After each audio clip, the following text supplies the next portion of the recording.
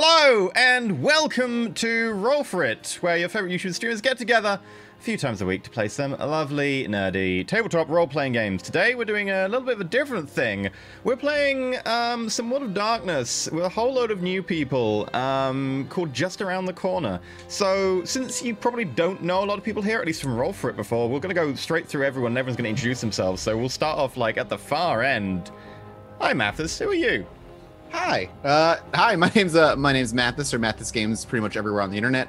I am a variety of things, a video game player of sorts, a podcaster of the paranormal of sorts, and I play tabletop games multiple times a week. And now to add to that, I'll be DMing some, or storytelling specifically, some World of Darkness for you guys for a few weeks. Probably my forte when it comes to tabletop role systems. Everybody kind of has their niche, and World of Darkness was kind of like the thing that called me the most, and I friggin' adore it. So I'm really excited to see you guys, all of you, really kind of take your first steps into the wider World of Darkness and see how you all adapt as the mere mortals that you are. That doesn't sound ominous at all. I love it, man. Okay, Dot, what about you? Yeah, I came decked out to play Ida Mabel today, but I am actually Little Red Dot. My name's Chelsea. I'm a streamer as well. I am a tabletop role-playing junkie. So I DM and I play in quite a few things, different channels, including this one now, which I'm super excited about. I have a podcast of sorts, so you can check out my Twitter and get all the deets on the many places that I'm at. But yeah, I'm really excited to be here today playing our crazy cat lady, Ida Mabel. Miss Magitech. Hello, everybody. My name is Tracy, also known as Miss Magitech. I stream a lot of StarCraft 2, actually, but I recently have been playing a lot of RPGs on my stream, and I love tabletop RPGs, and I'm really excited to do my first World of Darkness campaign. I don't normally also have blonde hair. I, too, am kind of getting in character for Kara. So, yeah, that's a little bit about me. You'll be surprised to know that this isn't my normal hair either. Yeah, we all. I know, it's tough to believe, but, like, so good. And then last but not least, Bub. Hi, guys. What's going on? I'm Bub, a.k.a. the Bubbernaut. I am a tabletop caster here on Twitch. I do some variety gaming, and I'm on Twitter. I'm all over the place. Just look for Bub anywhere, or the Bubbernaut, and you'll find me. This is my first forays into actually getting to play on another channel, so I'm super excited to be here with Roll4It. So thank you for having me. No problem. Right, so this is going to be interesting. I think most of us are relative rookies, apart from Mathis at World of Darkness. Someone had played it a little bit before, but the rest of us hadn't, I think. So it's going to go well. Now, other announcements. Today's episode is brought to you by our Patreon sponsor, supporter, Draco Malfoy. So, Draco Malfoy, thank you very much for supporting this episode, allowing us to pay the majority of the cast wage for today. Thank you very much indeed. Other announcements, we have Layla the Vampire Slayer continues tomorrow. It will be the last episode that Dylan will be on. He's covering for Lauren. Lauren will be back next week. I kind of think that's it for announcements. I don't think there's any others. So, in terms of shilling, do remember to be able to support the show and to be able to allow us to actually pay cast wages so that they can feed their 25 cats. You can support us over at patreon.com/roll4it, where we have a number of different tiers, and the different tiers of different things. For instance, like the $1 tier allows you to get MP3 access, so you can listen to the shows when you go. The $5 tier allows you to get access to the after shows, so you can hear us talk about random crap that's not normally related to the episode, but sometimes is. Then there's stuff like the player tier, you get access to player stuff, like player sheets, etc. GM tier, you get access to behind-the-scenes GM stuff. And then there's like hero tier, where you get special names put into game that probably get killed off. I've been going through them like a death list in Layla. And then you've got stuff like the Legend tier, where one of the cast of Roll4It will then GM a game for you. And then there's a Deity tier, where we're just like... so you can do all those things on Patreon. Also, if you want to support another way, you can support on Twitch. You can subscribe. Both subscribing on Twitch and all the Patreon tiers get you access to our Discord, which is pretty busy. So you can do that all over there. You can support on Twitch, you get access to our new emotes. We've got like loads of fancy new emotes. And if you want to support, you can support in a one-off way by using money to do the tip thing, or you can do bits, which also go into the box like there, like people are describing right now. Thank you very much for the helpful interactive demonstration.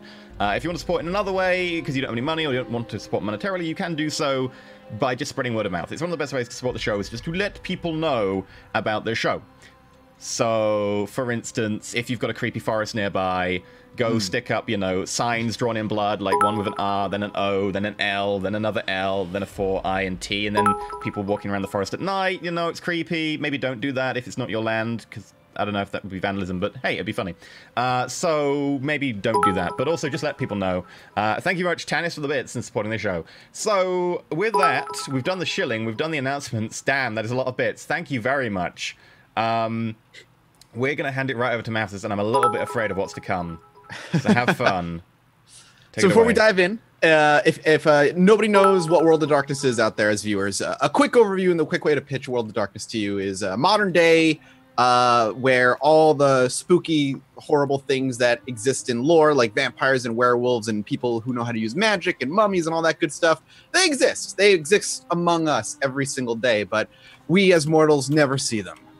For one reason or another, whether they have their own form of government or they have their own set of rules, the superpowers that be never make themselves known to mortals. But it doesn't mean that they don't exist, and it doesn't mean that mortals don't come across them every so often for one reason or another, whether willingly or not. And our story, this one at the very least, is going to take place amongst a small group of mortals. Welcome to Madison, Indiana, a small little town in the middle of a state in the middle of the country. Little happens here, for better or for worse, and its residents for the most part are okay with that. A small town with nothing but itself to care about creates a sense of solitude and community. Where, though maybe not everyone knows each other by name, it's likely that everyone has seen the faces of everyone else in town at some point. It's peaceful, friendly, and in that solitude and sense of community, a feeling of comfort and safety permeates through those that live there. Nobody cares about us, so why should we worry about anything beyond our small borders? The buildings themselves are a mix of modern and middle-of-the-century brick-and-mortar stores right out of the 50s and 60s, right next up alongside some of the more modern sites of a simpler architecture design we seem to clamor for nowadays. But people, even in their safety and comfort of a small community, love something to attach themselves to. For the older folk, it's the history of the town. It's the older buildings and the simpler time that they represent. For the younger crowd, however, there wasn't much for them to enjoy. But kids do what kids do, and they find something, anything, to call their own. And so they did. A small little rundown cabin not too far off the edge of Madison itself had been discovered a few years back. Perhaps as old as some of the buildings in Madison itself, but it didn't really matter. Condemned and clearly abandoned, they could call it their own. Parties and everything that came with it was its main use. A place to let loose and give the finger to the status quo of Madison. But it wasn't unheard of to hear of a young, hormonal, lustful couple to take that shack and use it every so often as well. And for many years, that's what this little cabin was used for. Cliché? Perhaps. Useful? Doubly so. But times change, and not everything can be as carefree as it once was. You see, Madison is still mostly forgotten, but today marks the 1-year anniversary of that time that this sleepy little town had more eyes on it than it ever had. Post-prom parties, perhaps the most common use of that cabin, is what most of the teens went there for. And 1 year ago, a party was indeed taking place. But the festivities and alcohol-fueled lust wouldn't last long before something would happen. Something happened. The question is what? 2 teenagers went missing, Matthew and Lilia. Up and vanished. Run off together? Maybe. Unlikely, however, as each of those who were at the party claimed they saw something there. What they saw seems to differ from person to person, but they certainly saw something. Screams, panic, chaos, and then nothing. The only common thread is the sudden abruptness of the activity and a similar sudden stop to it all. And when it did, Matthew and Lilia were gone. Police investigations, news reports, rumors of murder ran rampant through the town, but in the end, everyone came up empty. Nobody knows what happened. Eventually, the families of those missing children moved away mere months afterward. Most believed the parents had done something wrong. Who would move away so soon after their child had gone missing? The silence and patience of the town had been whirled up in a chaos of news, speculation, worry, and mistrust of your fellow neighbor. The cabin was then truly abandoned, save for the occasional brave soul with something to prove, or YouTube views to gain. Further into disrepair, the cabin fell, and a strange fungus began to grow over it and the surrounding trees. People tell stories of distant voices, barely higher than a whisper, shouting for help or to come closer. Ghost stories, of course. Legends, myths. Forgotten by all, left to the local legends only. In time, though, the human mind numbs, almost forgets how it all felt, before returning to what they deem as normal. But time never forgets. And time's about to run up. Tick, tick, tick. Could I please get a wits plus composure roll from the four of you? Okay, now I'm worried. We're leading straight into the wits composure. Yeah. Oh, man.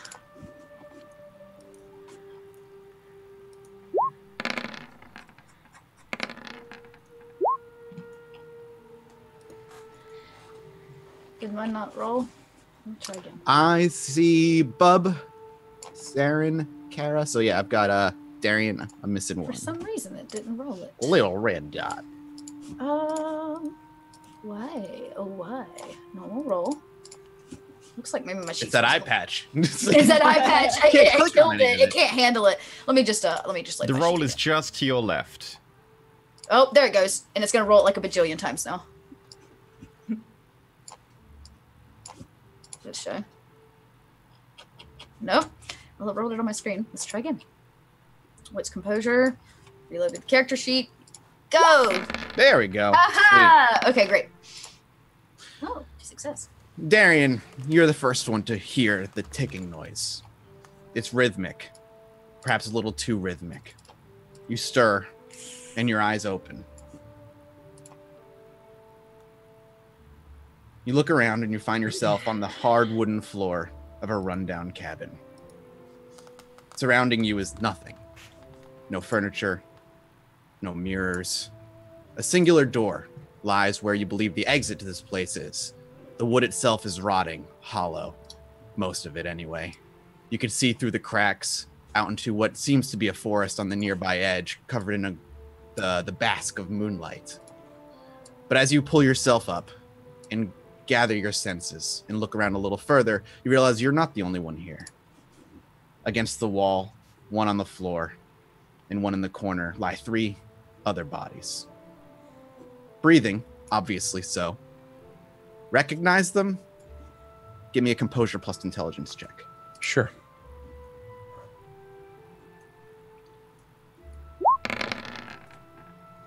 The faces, they look familiar.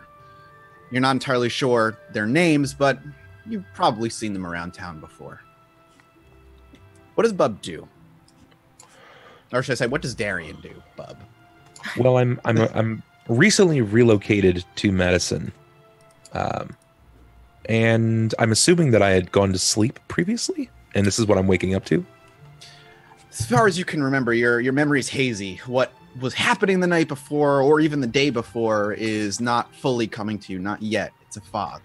It's that fog that seems impenetrable, as though you barely got enough sleep at all.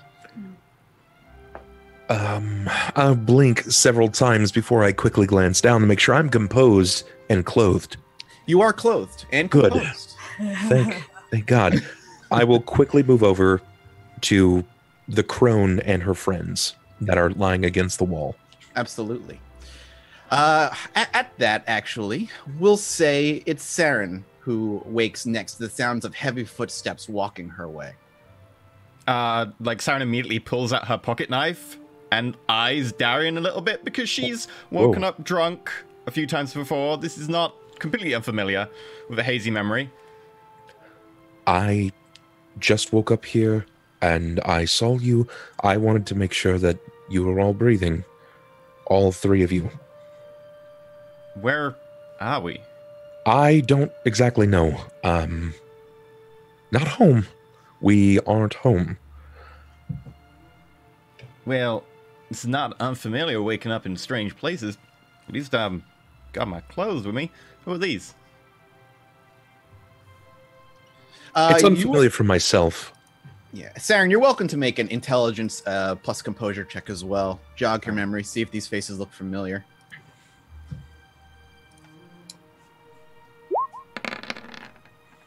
One, familiar, sort of. You drink a lot. Doesn't necessarily mean you haven't seen them before. And you're, at the very least, you're pretty sure you've seen the old lady wandering around. Pretty sure I've seen her with like 25 cats or something running after her. As much as I can recall, unfortunately for her, cats aren't here. If I step closer, you're not going to stab me, right? Not right now. Right. Well, I promise not to give you a reason. Ladies, hello. I'll give them both a light tap on the face. Hello. Sure. The next to rouse to the slight tapping and the muddy sound of what sounds like conversation will be Kara. Kara, you awake to a similar sight as I described to Darian. However, Saren is also awake. Hello? Calm down. It's fine. It's not fine. Where are we? Well, is this a dream? Still And I trying to start, figure that out. Punching, kind of slapping myself, make sure I'm awake. And You feel it. You absolutely feel it.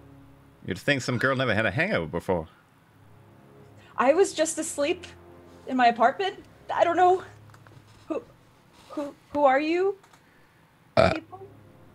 I'm Darian, and I'm confused. Me too. And Yeah. Who are you again? Knife Yeah, wielding Saren. lady? Saren. Saren. Well, It'll be go ahead, please. maybe she knows. It'll be at that as you point to the final one, the rather elderly looking woman who is slouched up against the wall. You eventually rouse Ida to the sounds of conversation, as it seems one particular gestures towards you as you open your one and only good eye. She's surprisingly dexterously for an 80-year-old woman, bats your finger away. And she goes, "Don't point your finger at crazy people." Sorry, I just making sure you're okay. Where are we? I'm going to take a step back. I don't know. I was hoping you could tell us. She checks to make sure she's got everything. Her handbag and a pack of smokes would be nice. And she searches and As you pat yourself down, you do find a lone cigarette. Your pack is missing, but you do have a cigarette in the pocket that the pack would be in. Oh, okay. Okay, she pulls it and she tries to light it with something, a lighter or anything. Or maybe she just puffs on it out of necessity, even though it's unlit. As Ida rapidly looks to smoke, actually, go ahead and what does Ida look like to those who don't necessarily know? And we'll go around and everybody can. Ida kind of rights herself and stands, and she's in a very old, humble, denim plaid dress, trench coat, dirty, nasty. She wears her wig inside out to keep it clean. And she's missing an eye and wears a very old eye patch over it. Her skin's kind of leathery and droops with time over her frame, along with, her really horribly worn holy shoes. You can see her toes through her white stockings. And she smells like canned cat food all the time. And menthol cigarettes. That's a good mix, really. That's only the finer folks smell of everything you want out of your grandmother. Exactly, Grandma. But what does Darian look like as Ida swats his hand away and scrambles to her feet? Sure. Darian is 6 feet tall, probably around just over 200 pounds. Brown hair, got kind of like a wave, sort of like mine. Trimmed up beard, much like mine. He's jovial by nature. He's very curious. Not really sure what's going on in the situation. He typically wears a button down and khakis, and he does not smell like Camel cigarettes and Friskies. Ooh, she's going for the nice lowbrow stuff, Friskies. I see that. Yeah. Not fancy feast. I gotta be able to buy it at the dollar store, just $1 a bag. EE, what does Saren look like? Saren's gotta be pushing almost 6 foot tall. She's got a white cowboy hat with rhinestones on it and silver embossing. She's got a kind of a red checked shirt, loosely done up. tight denim jeans with like rhinestones down the side in a pattern, high cowboy boots which also have rhinestones on them, and I think that's about it. She definitely smells of cheap whiskey and some sort of spiced body spray. Of course she does. And last but not least, Miss Magitech, what does Kara Harper look like? So Kara is, she's young. If you guys looked at her, she'd probably look like she's in her mid-20s. Maybe not too many years out of college if you just looked at her. She usually wears dark or thick-rimmed glasses. Her hair is long and blonde, usually ties it behind her back because she can't be bothered with it. Generally, she'll have that school teacher look. I guess right now, she would also be, she'd be wearing her usual cardigans and scarves. And yeah, that's that's about it. She smells like normal perfume. Nothing strange. I like how we've all had to be like, we definitely don't smell like the only Ida. one that smells. We just all want our own smell to be able to try and overpower her with a limiting range. Use all your senses, man. I just need to know. Ida, as you scramble to your feet and, like you say, you swap away Darian's hand, could I get a composure plus intelligence roll from you specifically as you not only look around, but look at the faces of the three that also surround you? Okay. Does fame modify the outcome of this roll? It may, but she has no successes, so for now, no. Did you also have your composure in there? I did, I thought. So it was intelligence and composure, yes? Yes. Oh, no, I did not have my composure. You're right. I got this. I just got this. Go, Ida, go! Yes! Ida, while you have similar success to Darian, your ear is a little bit more to the ground in this town, and you've been living here for many, many, many a year as opposed to just a few months. You recognize Saren easily. The minute she moved into town, however long ago that was, you knew Saren was living here. You're a rumor mill, and you enjoy knowing what's happening. Darian, you don't recognize the face too much, and you don't dabble into the world that he dabbles in as far as the profession is concerned, except for maybe a book that he may or may not have written. And Kara, you know every teacher at the high school. Oh, okay. Do I know this place? Does not look familiar from where you're currently at. From where I'm at, okay. I turn and I point a crooked, disgusting finger with a pointy fingernail right in Saren's face, and I go, you are the musician that social media star. You had that catchy tune on the radios. Catchy tune. Maybe. Star? Are you? You know what?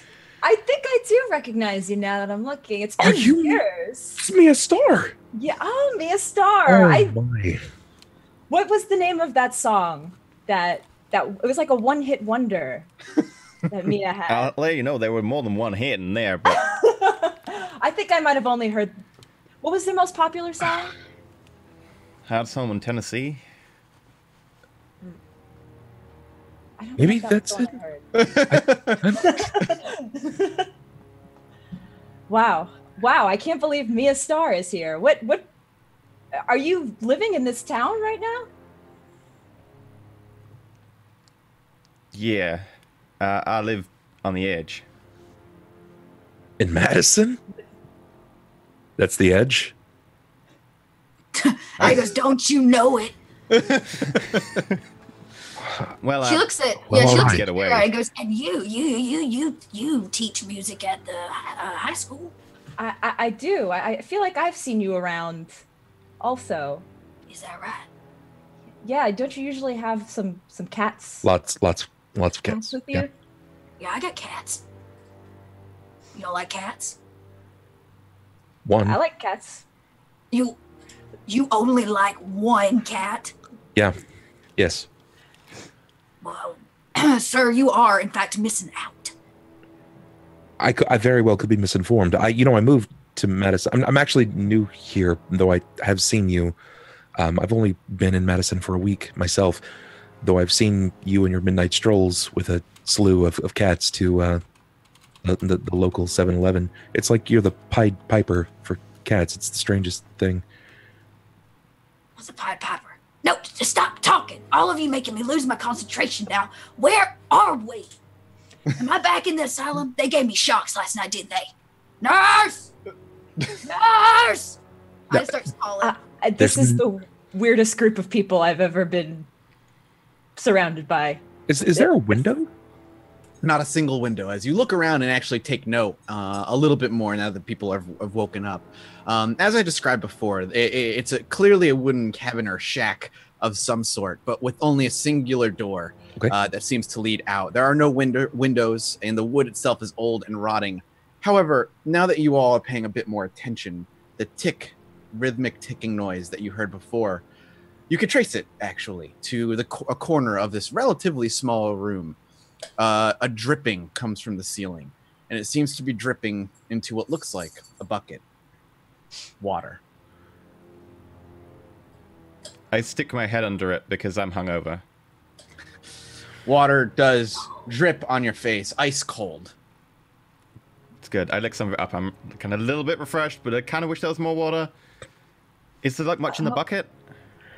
It's not much. It has been accumulating for a little while, maybe like a 10th full, but is enough that obviously it's been dripping for a little while. Put like a hand in, splash it over my face. Oh, don't. Even I think that's nasty. Mia, I wouldn't with that water. You don't know if it's clean? Yeah. Well, looks like it comes from the roof. I imagine it's just rainwater that's popped in. Is there anything? Well, what's in the bucket? Anything? Water. Water? And that's the only thing in this room? The bucket and the door, and the four of you. Well, as much as I appreciate watching a pop star wash her face, I have cats to feed. Theories to come up with, so I'm leaving. And Ida had hobbles like straight for the door to try the doorknob. Yeah, Ida, just I can imagine, giving her quick shimmy with a hobble over to the door, reaches out and grabs hold and gives it a good tug. The door itself jiggles, but doesn't budge. Do you want some help there, Sugar? I don't need your help. Ida tries again. I'm guessing it's still like locked. Yeah, if she wants to give it like her all, a strength plus brawl check. Yeah, Ida's gonna try to give it her all. Sure, why not? I sit down against the opposite wall and cross my arms and watch because this is funny. Strength plus what? It's a physical. Brawl. Brawl, which has like nothing in. Oh, here we go. The chance roll. Yeah, it just jiggle, but the door does not creak or budge in any significant way. Whoa, wait, is this door not opening? Because how are we supposed to get out? Well, it's not opening because Grandma tried to open it. I'm going to get up and I'm going to open the door for her. Okay. Well, please, Miss Skinny Pop Star. As Saren wanders over and is like, kind of get out of the way, she too struggles to budge the door. A strength plus brawl if you want to get. I'm gonna do the subtle I'm putting the handle down and then I'm just gonna elbow it shoulder into it really hard, just trying to subtly be like, yeah, I'm not having any problems. Okay. I should have taken the specialization in doors that I was gonna take. Damn. Beautiful. Whoa! 4 successes. That is a gorgeous roll, almost a critical success. Wow. Very, very close. Saren, with all of her might, throws herself into this door and gives it basically what looks like her all. The door does sound like it creaks a little, but it still won't open. Oh, God. Okay. That's weird. I've written about things like this. This is bad. I'm gonna have a panic attack. Well, nobody panic. It's just a wooden room. Ida goes, there's got to be a key.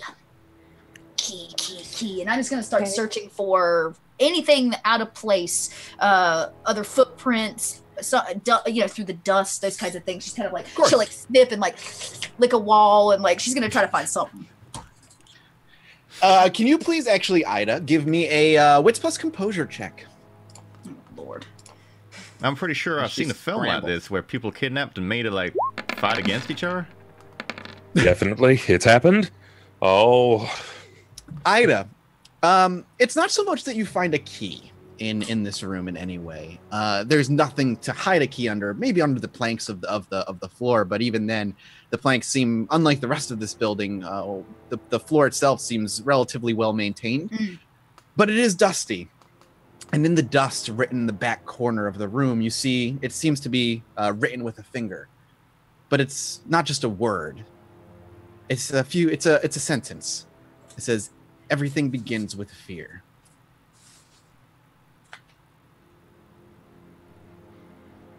Ida looks around. Says,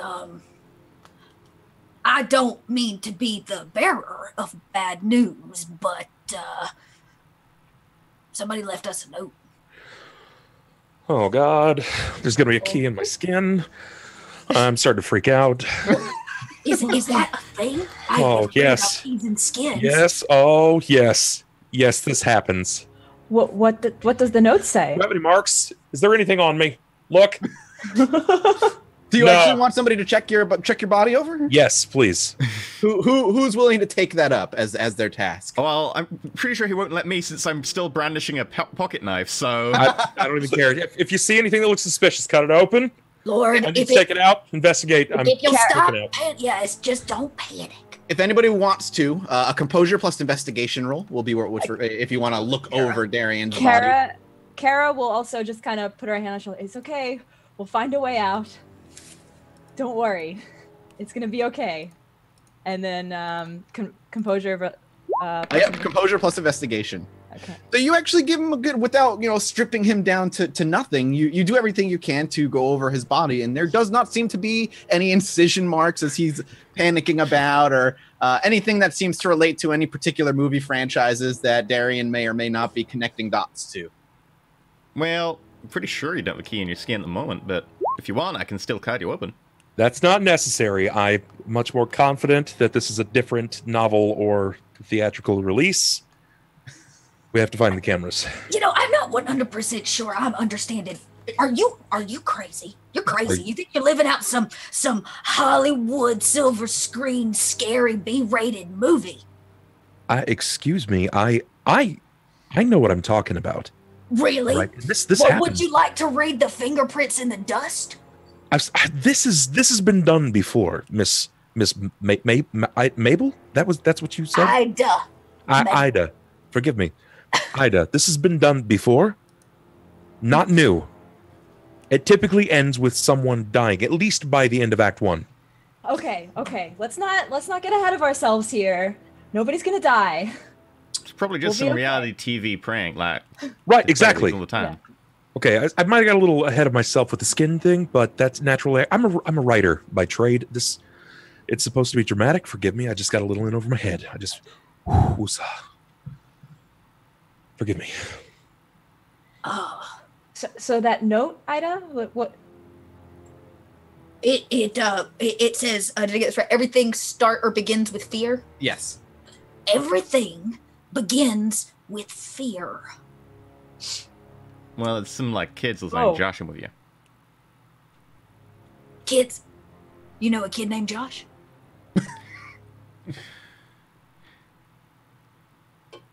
I don't see where this is going. This doesn't even make sense. It's that double sigh. It's like a sigh, and then like that sigh wasn't enough. Bigger sigh. All right. And nothing else in the room I found was just the writing. Just the writing for now. Yes. Was there also a window? You said No windows. No window. Okay. No windows. There are some creaks or cracks in the boards themselves, as I described to Darian a little earlier, that you can kind of see the moonlight washing in through. So if you'd like to, press yourself up against the wall, you're welcome to do so. And then you have the bucket in the corner, a door that two people who were determined to leave tried to open, and then a note in the back corner. Saren gets the bucket, tips it up on herself to try and wake herself up, and then puts it upside down in the corner where the water's dripping from, and stands on it and starts trying to pry the boards away. Okay, interesting. Water washes over your face, and with your pocket knife, you start desperately working on, I assume, just the boards of the wall, like just trying to find on the roof. I can reach the roof because water's dripping in there, so they're probably like weaker or at least parted. Gotcha. In some way. So you're looking to pry open the roof as best you can. Yeah. Sure. Saren gets to work on that. And I'll have you make a roll in here in a little bit. What do the other three end up doing?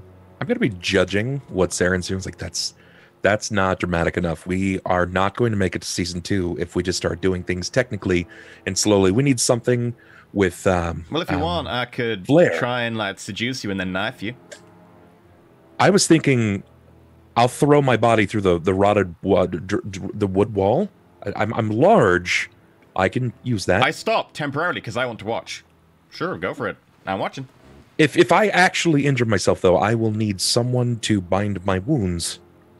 Is this fair? I can do it. I'm not a fan of this shirt.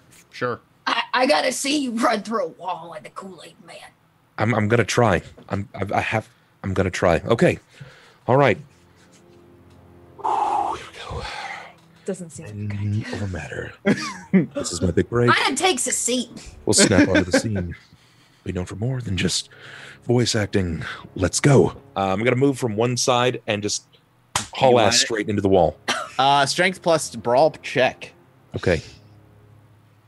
Strength, brawl. Not highlighting anything. There we go. Strength. Got it. All right. So, Darian wheels up and with all of his might throws himself into a wall after giving himself the most running start he can. And as his shoulder collides, you hear the crack of the wall, but Darian seems to stop short of the wall actually bursting through. Darian, you turn to the others. A lot more solid than I thought. After those words escape his mouth, you hear the crack continue behind you. I meant to do that. Spidering outward, growing louder and louder till all four of you can hear, until the wall itself gives way and explodes outward in an unnatural way as the wood shrapnel flies into the wilderness from beyond. As the four of you watch. I told you! Well, there goes our effects budget for episode 1. As the four of you look at this giant hole that Bub has created and looking out into what you would believe would be the forest, instead, what you see beyond the wall is an apartment of sorts or a house. You're not sure. Darian, what does the inside of your study or work area look like in your house? Not fully furnished. It's probably still with loads of boxes, but my study itself would have a desk. I probably started putting up some of the paneling so I could cut down on noise and the like. Likely would have some of the awards that I've had up on the wall, but that's about it. And that's what you see before you. The broken, busted wall of this cabin, and merely a step beyond an office all too familiar to you, Darian. That's my house. Why that? So, did you trap us in here? You did this, didn't you? Yeah, I get what this is. Like, one We guy are kidnapped on 3 camera. women? You're a sick fuck. Just whoa! Just because. Hold on. This is not like this. All right. I'm gonna step through. I don't know what's going on. Just stay here if you like, but I'm gonna go through and figure out why I'm trapped in my own home. Well, I does not staying sitting. I'm coming with you. How can I judge his honesty there, GM? You want to see if he's lying to you about something in particular? Yeah. Then that would be a composure plus, let's see, a composure plus empathy check.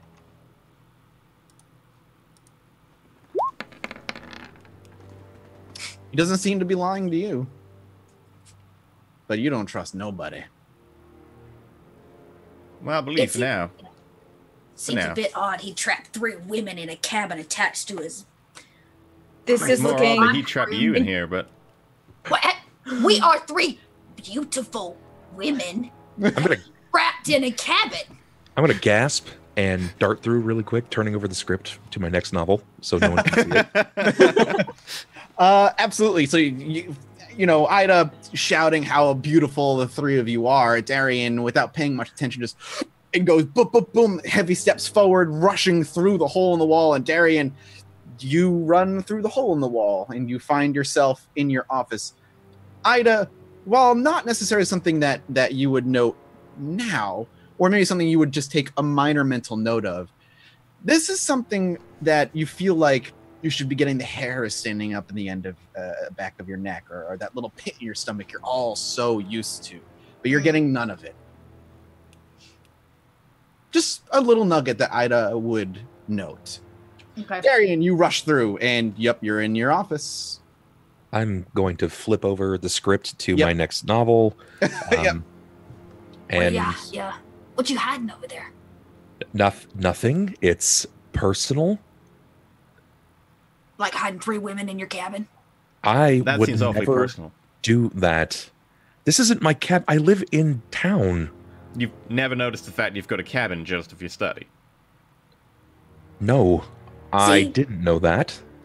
Usually when walls explode through and those kind of things happen in my life, I get this tingling in my loins that let me know something's up.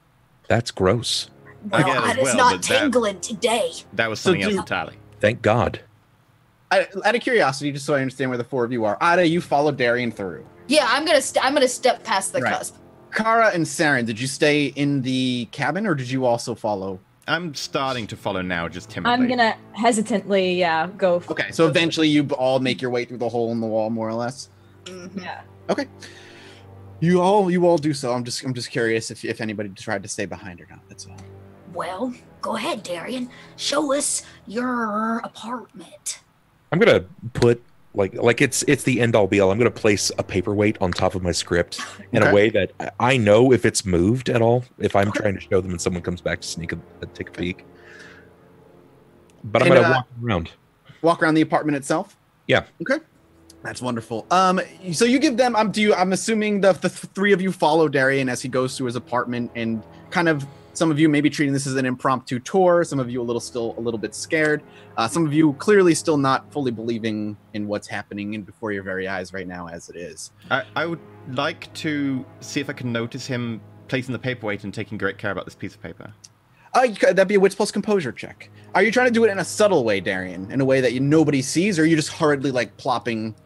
It's not even that I'm trying. I don't mind if they see it. It's just in a way that I know if I look down and I see that the paperweight is just not right. Okay, I'll that's know that more someone's touched it. Yeah. Then in Sarah, with the success, you just see him kind of openly just plop a paperweight down on one of his scripts. You don't know why, but you see him do it. It's a script. It's unfinished. What's it called? It's a good title. As he walks to lead us out, I'm just going to take the paperweight off, take the script, and start reading it, following. Oh no. It's book 2 to my hit series, Layla the Vampire Slayer, and her turn to London after a brief stint in Chicago. Dead.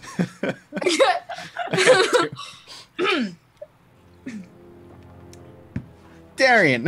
I'm just reading it. Yeah, that's fine.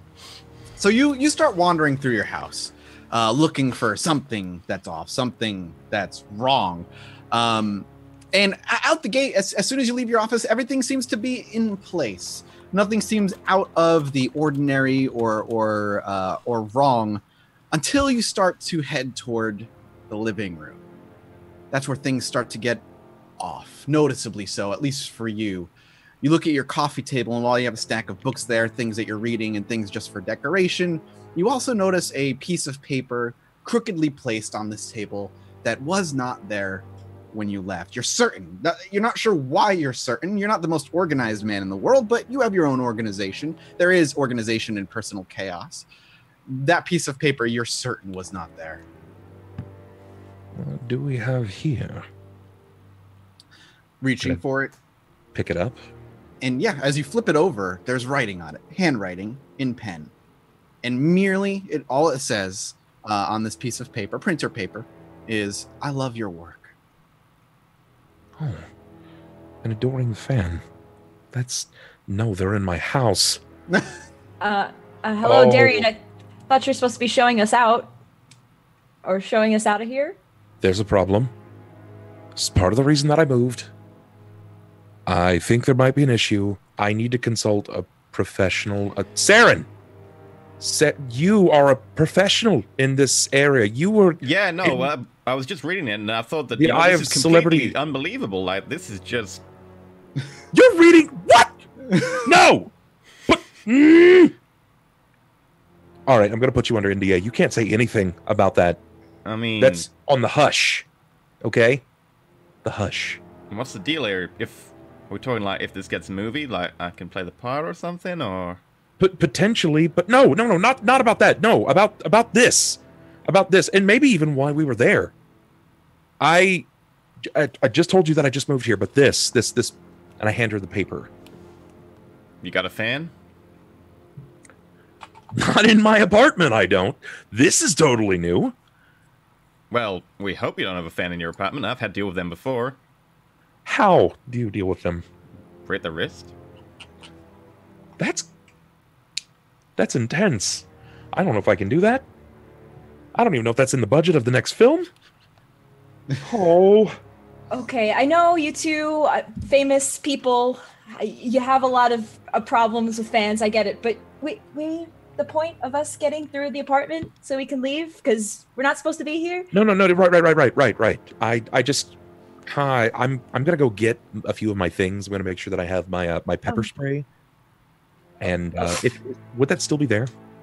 Would I still have that? Checked. You have to take a look. Okay, then I'll do that. I'll find my pepper spray and flashlight just in case. Where would you usually leave those in your apartment? Your bedroom? I probably would have those in personally. It would be like a kitchen cabinet in case things go south.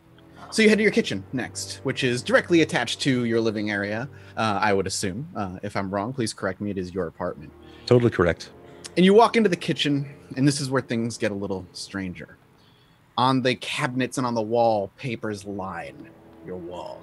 Taped in corners, hanging haphazardly, saying things as such as, I adore Layla, heart Layla, Darian, your work is amazing. And it's all in the same handwriting.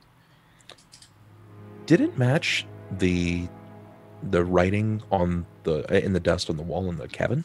You didn't see the dust in the cabin. Oh, I didn't. You Does just, it match? Ida It told does- me that. Ida looking at it, it doesn't seem to, if that comes to Okay. Ida's mind. But the Well, papers, there's easily 50, 60 sheets of paper hung up on these walls and cabinets, some taped to each other, some dangling, some falling to the floor, some on your fridge, all in adoration of you and your work. I lean to the two ladies and I go, he might be a little obsessed with his fans. I'm gonna look for booze in the kitchen. I'm gonna go through his fridge. Yeah. I would probably have a box of Talus, not even a bottle. Like I'm that kind of wino. It's under this sink. You smelled of alcohol. I have a feeling what you're looking for. I'm gonna grab my pepper spray. You find it. I Okay. grab the box. It goes under my arm. Get 2 cups. I give one to Ida and just start pouring from the box. Ooh. Look at Yeah, I Kara. didn't take- Look at Darian. Seems like the time. For You know drinking? what? Give Kara a drink. Why not? Kara takes the drink. And I give one to Darian because Darian is the only person left out now, and you can't be left out. I don't know what's going on, why I'm here. Okay, cheers. Cheers to being clueless. Darren, how are you reacting right now after grabbing your pepper spray and seeing these papers around and the three of them drinking? Just having at my wine.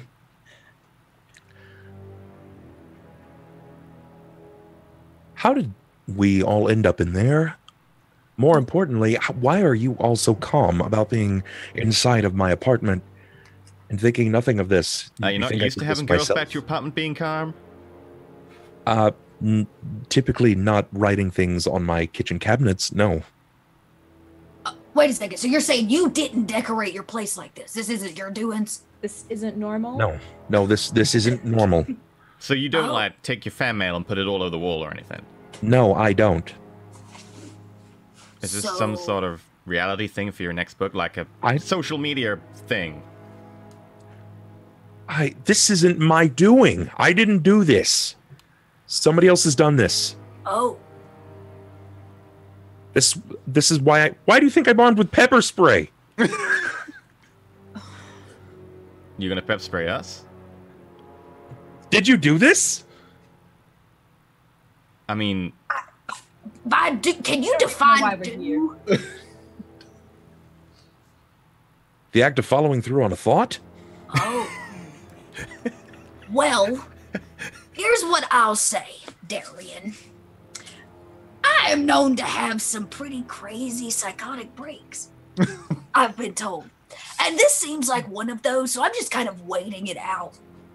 I'll come to when a cat lick in my face. We'll share a can of cat food in the morning and a cup of cold coffee. It's going to be just fine. I'm not going to lie. I don't care about your age. If I find out this was you, I'll hit your only good eye with this pepper spray. You'd hit an old woman? With this pepper spray, yes, I will. What did I I will defend myself. You just said something about psychotic breaks. I got away from that. This is why I moved from Chicago, okay? Things were going wild. There were the people, crazy people. And now I'm in Madison because it's quiet and I have to get over my writer's block. I don't have time for this shit. What is that banging? As you say that, and shouting through, you recognize it as a knock on your door. this is the point in which the camera crew show up. Yeah, Darian, you're How getting about that the- right? How's my wig look? Inside out. Well, duh. How's it look otherwise, smartass? Perfectly normal then, I Maybe think. it's the police coming I'm a- here. I'm not answering the door to the called media. them? I didn't. That's my agent's job. I'll go and answer the door. I don't. If it's the Sure. cops, don't answer it. I Pepper just. spray at the ready. Okay. You go to the front door and swing it open cautiously. Do you peek through? Do you just kind of open it? I'm gonna crack it and immediately thread. I have pepper spray. Don't even think about it. Before you stands a man in his 30s, probably late 30s, and he's dressed rather plainly, t-shirt and jeans, and he's well trimmed. Has short, well cut hair, and he just kind of stands there with a book in his hands, and he looks. As you wave the pepper spray in the crack of the door, he takes a step back, his eyes wide, and he's like, No, I don't mean to harm. I know it's late, but Did you I just only scare like a Jehovah's Witness? Look, do I notice that he's holding a book? Yes, the book is in his hands. It's though wits plus composure to see what it is. It is rather dark outside. Everybody wits plus composure check, actually, please. I'm gonna immediately assume that he's a door-to-door evangelist of sorts. Yeah. Listen, I don't have time for the gospel, my friend. Let's see. Wits plus composure 2, 1. It didn't scroll. It didn't do it Wow. again. Roll Oh, there for it is. Okay, there it is. sometimes. Yeah, it's just a little slow. I am still just missing Ida's. There it is. There it is.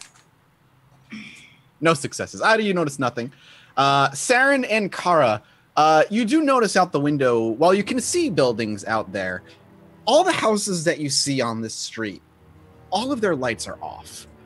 No outside lights line the streets. The street lights themselves seem to be missing any light whatsoever. It's more dark outside than you're used to, especially for this little town. Bub, Darian notices the book he's holding isn't a holy text of any sort. It's yours. Oh God. I'm sorry. I'm sorry. You must want an autograph. I'm so sorry. When you say that, the tenseness on this gentleman's face eases a bit, and the smallest of smiles creeps across his lips. Don't let him in this house. Ida. Sorry. Why is he carrying some sort of shitty pulp fiction paperback book? Hey, this is part of my life's work. All right, Mia? Oh, that's your Shit. Sassy is the writer. Forgive. Let me grab a pen. Just wait here, please. I'm sorry. Your name? Your name? As I walk off to my study to grab a pen. He just shouts, Jonathan! Jonathan. Ida walks up to the door while Darian's gone and looks deep at this kid and says, so, it's kind of late for an autograph. Oh, are you, Darian Tuck's mom? I'm sorry, I didn't mean to wake you up. His mom? No, I am not his mom. Mother-in-law. Do you, Saren shout that from the back? And he kind of like perks up a bit and he's like, who? Is he having a get-together? I'm so sorry if I interrupted. No, we are in fact just chatting about how dedicated his fans are. It's serendipitous you showed up. He doesn't really say anything to that. He maintains a nervous smile, but stays where he is. Are the come lights, back. Are the lights on in here? The lights are in the house, yes. So, you live in this neighborhood here, Jonathan? Yeah, my whole life, actually. Yeah. Did you walk here without a flashlight, Jonathan? Yeah, I don't live too far, just a few blocks out. And there don't seem to be any lights on the street. You see just fine in 2020.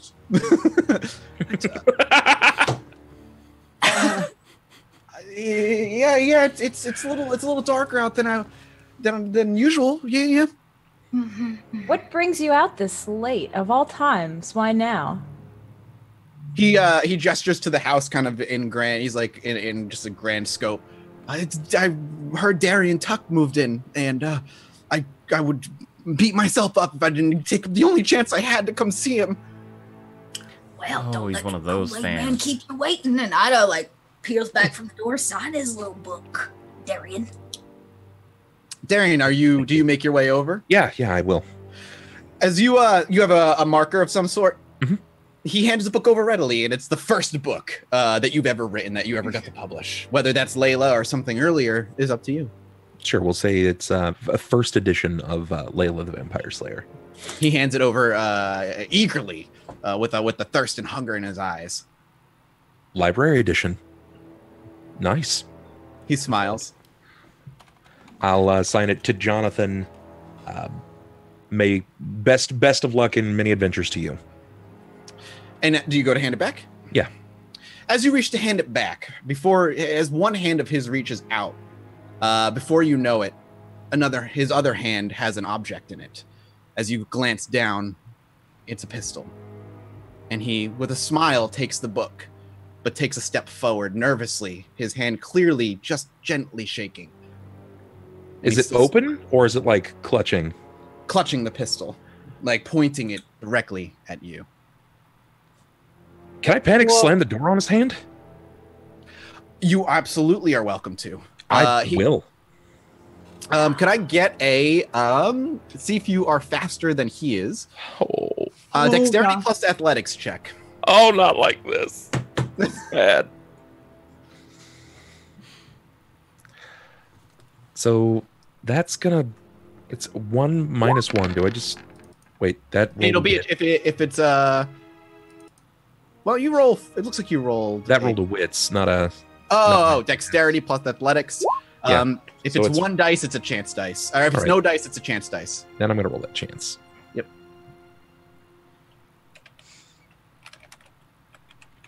I'll roll mine.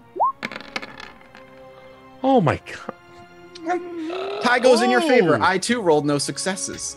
So as you go to slam the door, he looks to quickly try and slam his foot between the door and the door frame. However, before he can even slide his foot in with a loud thud, you quickly slam the door shut on him, on this Jonathan fellow. He's gotta go! Why goes lock the door? Crazy fan. Okay, I've read Carving about knife. these things. Carving knife out, and it's quickly followed by what sounds like heavy kicks to the door. Like, not kicks to knock the door down, but like he's slamming his foot into the door to get your attention. He's like, Darian, please, I just want to spend an hour with you. That's all I want. Darian, do you have any other way to get out of here? Is his hand like pinned in the door? Anything? No, like you that? you shut the door completely on him before he had a chance to get any limb in between the door and the door frame. This isn't the first time I've had angry people kicking at my door. Look, grab a chair out of points and go shove it up under there. We'll go out the back and sneak away, none the wiser. Plus, I could use a smoke and I'm out of cigarettes. Yeah, I've had to deal with this before. Normally I have Remy around to sort this for me, but I just got a good idea, and I drag a chair over, and I'm gonna like try and wedge it under. Okay. You want to try and wedge it under the door in a way that it sticks. Yeah. We'll go with dexterity plus survival on this particular. Oh.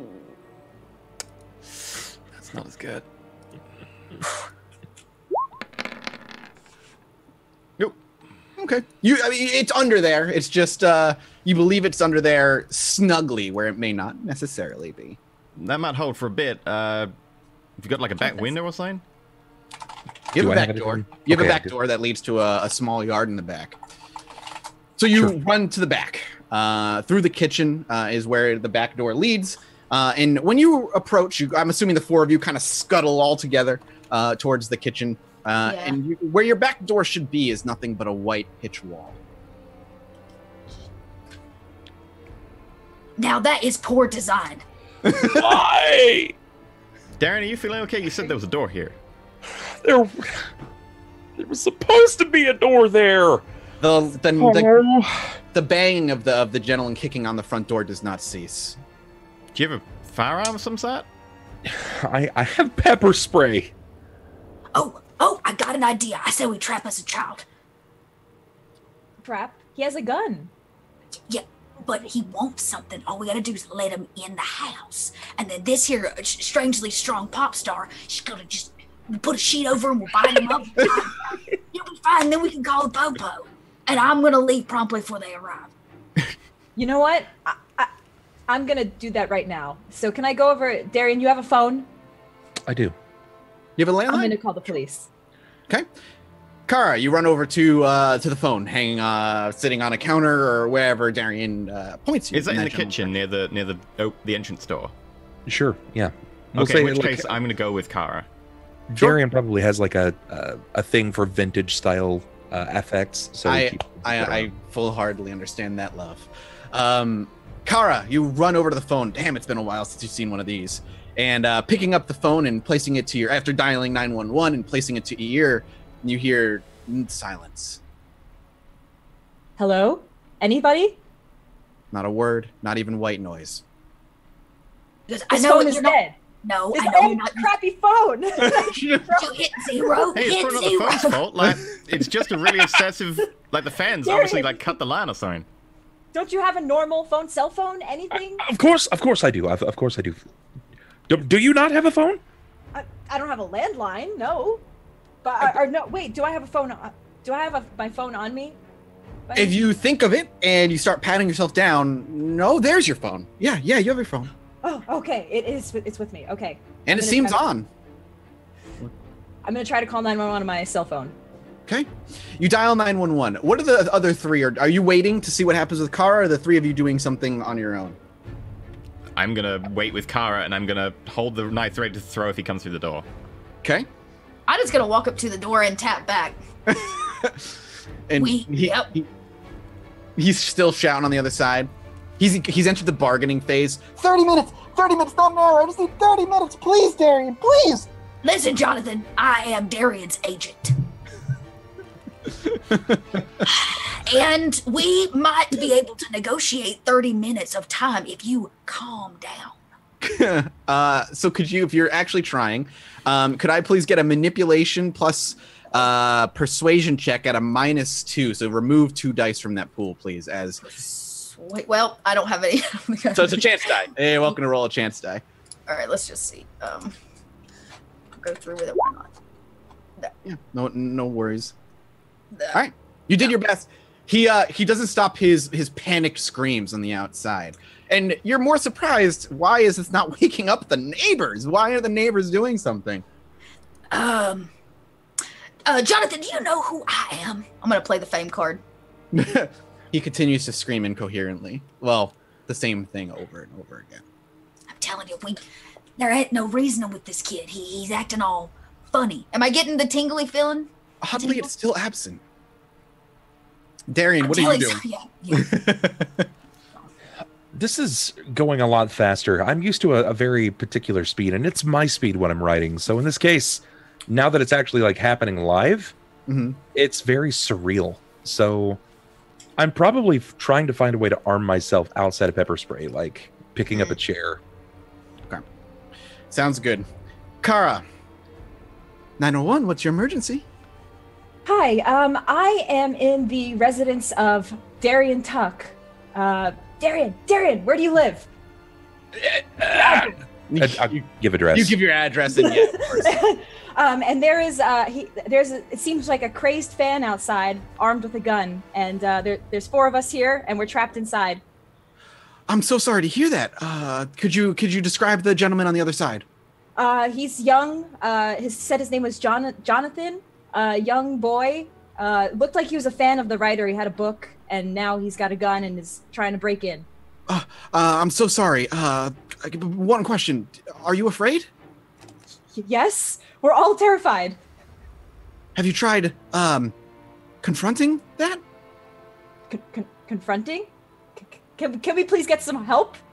How afraid are you? What's he saying confronting for? I put it on speaker phone. The voice goes from a woman's to a gravelly man's. How afraid? I ain't afraid. Am I getting punked right now? Listen, some weird prank right now. This is some weird. Yeah, if this is your TV show, like I opt out. I'm not into this. Like you will be hearing from my agent. No, I'd have yanked and snatched something and says, "Listen." And she like real close. Click. One good eye. You hear click over the speaker. Oh, I ain't afraid of no one. And she hands the phone back and says, "Now listen, we are gonna trap ourselves a child. Only 'cause it's the only way to do this. The Popo, they're never any help."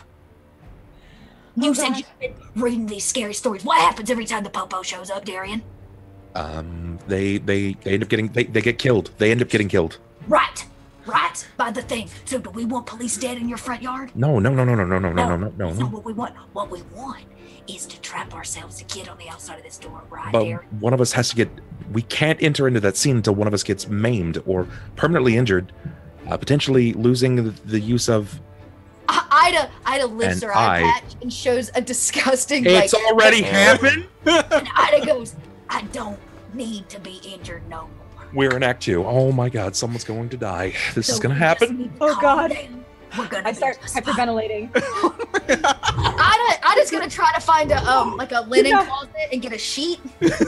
Right, sheet. All right, and then she's gonna go to the cleaning cabinets, bleach. Sure. Yeah, anything that she can find that's either highly flammable or potent. And she's gonna hand Sarian the bleach. This. I want you to just douse the kid in it when he comes through the door, right? Right in his eyeballs. Got it? Are you serious? Yeah, Do I don't I think look someone with a like gun I'm on fire is going to joking? be any less dangerous than someone with a gun not on fire. Like, he's still going to have a gun. Can I just hit him with a chair? Do you have a bat or something? I have a chair. Okay, well, all I right. don't play baseball. I write books. I've got a chair. Okay. Well, chairs are good. So you just now here's but I need you to look like you're not panicking because this kid wants to meet you. I need you to have a smile on that face, just like that, Darian. You hold that look right there. All right. I'm gonna open this door. Yep. Actually, Carrie, you open the door. I'm gonna throw this here blanket right over his head. Dap bleach in the eyes. We'll bind him up. We'll tie him up, and we'll play good cop, bad cop till he tells us what the hell is going on. I don't know if I could do this. I don't know. All you gotta do is open the door. I start pouring, like, the flammable, like, cleaning stuff in front of the door for, like, a good, like, 1.5 meter wide. Okay. Now, are we ready to catch ourselves a kid? Well, firstly, has anyone got a light? No, I'm not a smoker. I quit a long Ida time ago. pats herself down and reaches deep not into her clutching bra and You find a lighter. A lighter. Goes, I always have fire on me. Here. Yeah, no, you can do the light. I don't really want to touch that. So she's gonna open the door, and then she's gonna throw the linen, and then over, and then I hit him with a chair. When do I hit him? When do I hit him with a chair? Just throughout, like as soon as he comes through the door, just keep hitting him. Repeatedly? No, Pretty much. we don't. We want to talk to it. We have no information. Let's You not. want? We got to talk to the kid. Yeah. Okay. Are you sure you're gonna be able to keep that over him? The sheet. I can hand it to the strong one. Now, Darian, just go to the door and try to talk the kid down. He likes you. I thought, was Kara opening the door or is Darian opening the door? I think Kara's opening it, but Darian's got to be the one to talk to him, right? Yeah, of course. I just didn't know the order in which things were happening. Sure. So. All right. So I'm imagining that like this break, it's your typical apartment door. So as soon as you walk in, you got like that 4-foot gap between the wall, the closet on the right, or a hallway, and then the left is that dining room, living room area. So I would probably have a sofa up against the wall, imagining a small apartment, and I'm going to stand atop the armrest, clutching a chair, just yelling at the door in preparation out of the way of them. Okay. Kara, you open the door? Hands shaking. Just Jonathan! 1, 2, 3, and then I open it. Okay. So are you visible there, Kara, when you open the door? I'm not I'm gonna asking be like, to shoot you. I'm just asking. I need to visualize what's going on. Like I'm leaning against the door, getting You ready to pull it open open, it, and I gotcha. pull it open. Yeah. You And can open standing on there yourself. is Darian then. Okay. I am pretty close. He still holds the book with your autograph and still shakily is holding a pistol. If you can see him, you're welcome to make an intelligence plus firearms check to know what kind of pistol he's holding. If you're curious. I can't see him. He's got to enter into the door, or I'm going to swing blindly through the door. Yeah, I'm kind of off to the side, so like when he enters, so I can't see it just yet until he goes in. As soon as he goes in, I'll make a check. Sure. So Darian, he's standing there, his gun shaking. He was clearly about to make another kick, but was stopped about halfway once the door swung open, and he still has just 1 or 2 tears streaming from his eyes with a plastered smile, all of his teeth showing, his hand shaking, the gun clearly clanking around in his hands. You can hear it as he just looks onward. Hey, Jonathan, listen. We just need to calm down a little bit, man, okay? Yeah. This is a stressful situation. Yeah, man, I didn't think I was gonna, I just wanted to make sure. You've changed my life. Hey, Jonathan, listen. And I'm still holding the chair above my head, ready to swing as soon as he comes in. Okay. Buddy, look, I need you to do me a favor, okay? I need for you to toss the pistol in on the floor, and I can't do that, Darian. No. I've read.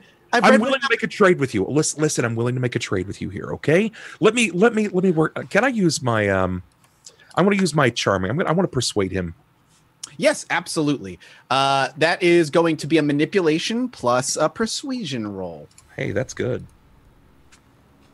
I've got points in that.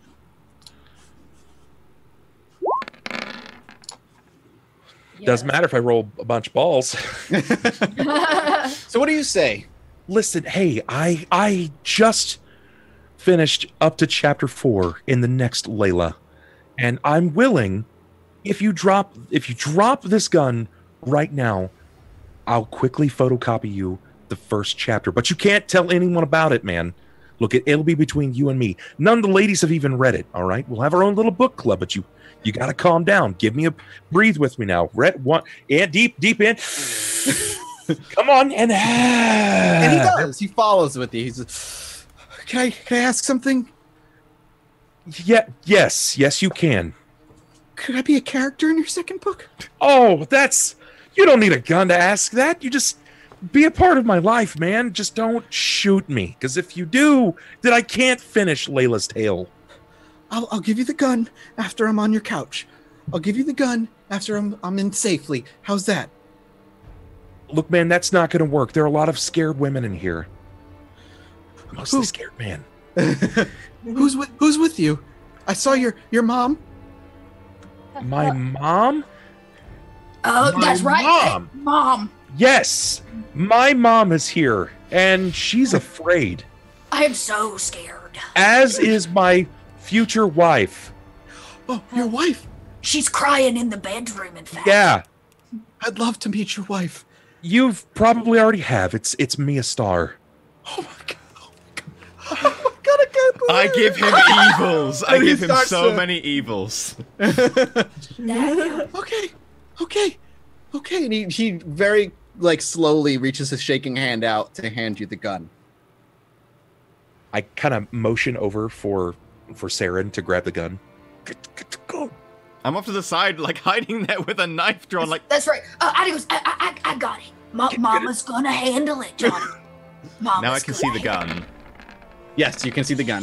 Two successes. To Glock 17. Okay. Yeah, and Ida's just gonna gingerly take it from him. It's all And right. he doesn't struggle per se, but his fingers linger on the gun longer than There you go, It's so buddy. good. Come on now. That's all right. And his hand goes back to the book, both hands tightly grasping it, and he holds it very close to his chest. Okay. Do you want him to step? He's eager to step in if Ida is willing. Yes. Yeah, I'm gonna just step back with the gun, kind of holding it. Ida doesn't gun. I step to the side. I will happily take the gun from Ida. Yeah, I very much pass it along. I would like to check the chamber and the safety. Safety was off. Chamber is loaded. Wow. Ooh. The safety's just, like, on. Yep. Put it in my waistband. And he takes his first step into the apartment. Now, if no one stops then- him, I was gonna say, yeah. Do you want to crack over his head with the? No. Okay. I will descend from my perched mount of attack. Okay. He makes his way towards the closest area where he can sit. I'm gonna put that chair away from the couch, Okay. and then make sure that we all have eyes on this kid.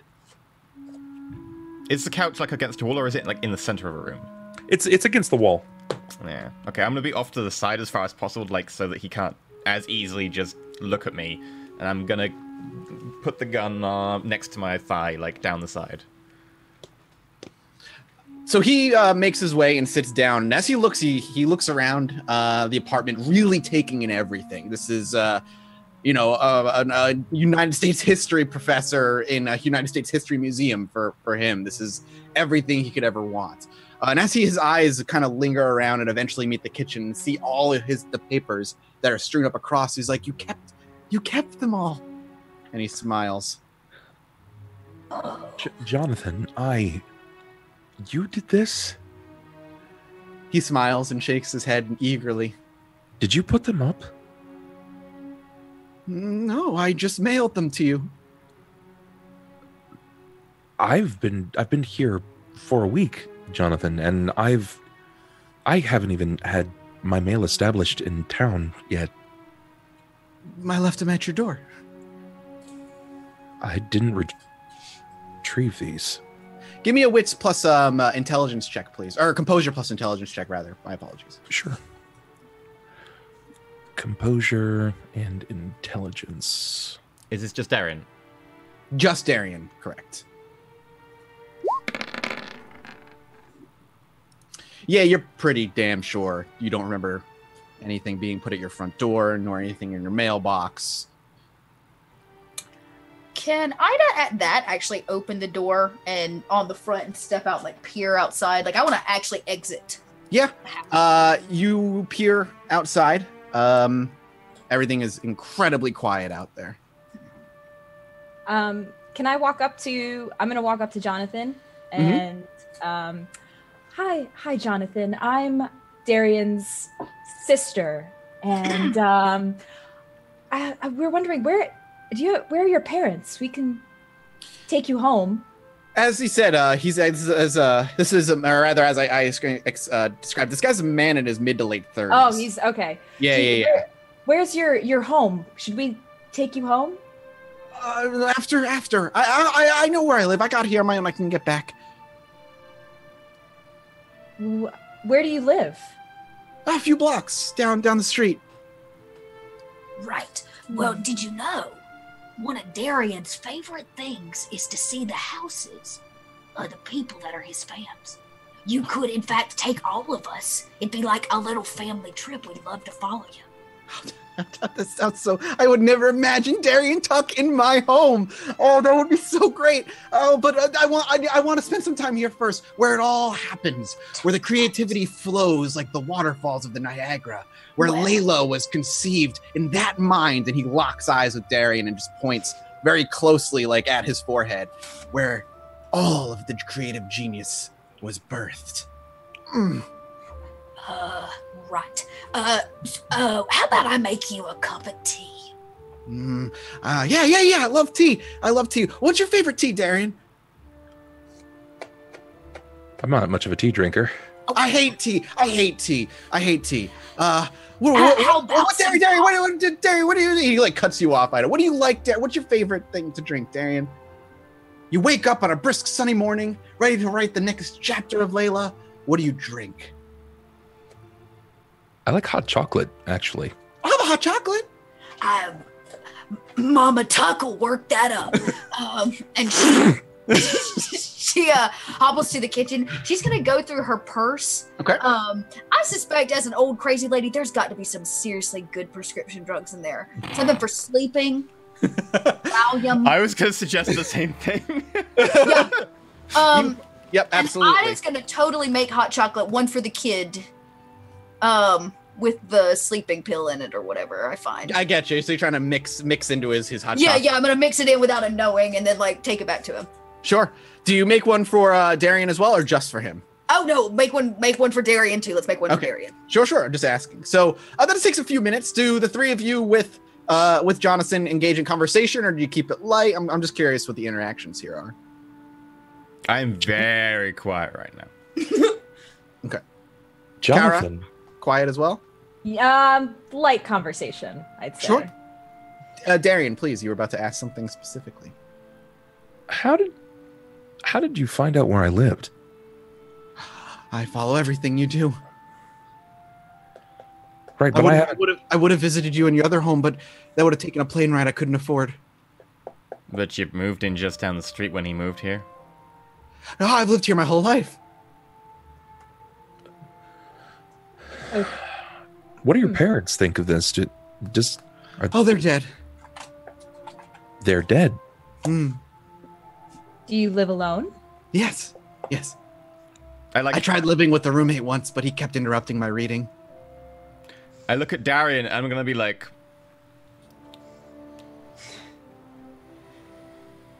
I've read this story. I know how this ends. Jonathan, I want to talk to you briefly for a moment about what's appropriate and what isn't. Oh, sure. It's just appropriate when you're writing your novel and how things go. Yes, this is a I would love for this to be a more often event, but I could be here tomorrow. This is not. I think you misunderstood. I'll let you know what my days off at work are. Listen, Jonathan. Jonathan, you entered my home with a gun. Yeah. I wasn't gonna use it. I just wanted to. I wanted like a guaranteed ticket onto your favorite ride, kind of thing, you know. I look over at Saren, and when he says I wasn't going to use it, kind of like, yeah, Jonathan, I don't know if I believe you. I would never lie to you, Darian. I would never kill you. Oh, well, that's good. He used a K word. Yeah, Ida like looks at everybody like, hot chocolate is ready. Ooh, just to take off the edge. I thank you so much. Whatever you do, don't actually drink it. Are you whispering that to him? Yeah, I like whisper it to him as I pass it to him because I've drugged both of them to assure that the kid is going to take it. And then I had the one to the kid, and I'm like, Can I get a persuasion plus, rather a composure plus expression roll? Oh no, a composure plus stealthy roll. You're trying to get it across without Jonathan hearing. yeah. Oh, where is that stealth? Stamina. Oh, Well, all right. well, see. I'm not stealthy at all, so let's see. Use a willpower I point. didn't think with that. Yeah, you can use a willpower as well. No. Oh. Because it's still new. If you wanted to use a willpower, I will let Okay. you allow you to. Yeah. Why It's a not? new How, rule so how do I system. do that? Yeah. That's, So you're gonna on your character sheet under willpower, mark an X under one of your willpower points and add Okay, 3 cool. to your roll. It's considered a heroic effort. okay. So you want me just to re-roll the whole thing and add Reroll 3? the whole thing with add 3. Go for it. Awesome. Session 1 in a new system. Just I'm not gonna be too. We're learning. So this is a good point. Mathis, what is a willpower point? Oh, A willpower yes. point. So a willpower point is something that you use during, and you rolled a success. It's something that you use during times of trouble, more or less, times of need. They're considered in other systems. They might be heroic points, something like that. Basically, they allow you to, as a mortal, add 3d10 to any roll you wish to make to represent that you're trying harder than normal. They also can be used to up for around defense and strength and being able to how much damage you do. It's basically your boost. You're trying to give yourself a boost in a particular situation. Now, willpower is a finite resource. Once you use it, it's gone. There are 2 ways to restore willpower: engaging in your vice or your virtue, which are more or less role play aspects in every character. The vices are the 7 deadly sins, and your virtues are kind of the polar opposite of those 7 deadly sins. If you engage in your vice enough where it affects the party in some way, and not just something superfluous, you will get 1 of your willpower points back. If you play into a virtue to a point where it affects the party and the story, you will get all of your willpower points back at the end of a session. That kind of thing. Yeah, it's basically your ability to reach inside and push forward regardless. So you quietly say it to him. He does not seem to notice. Okay, great.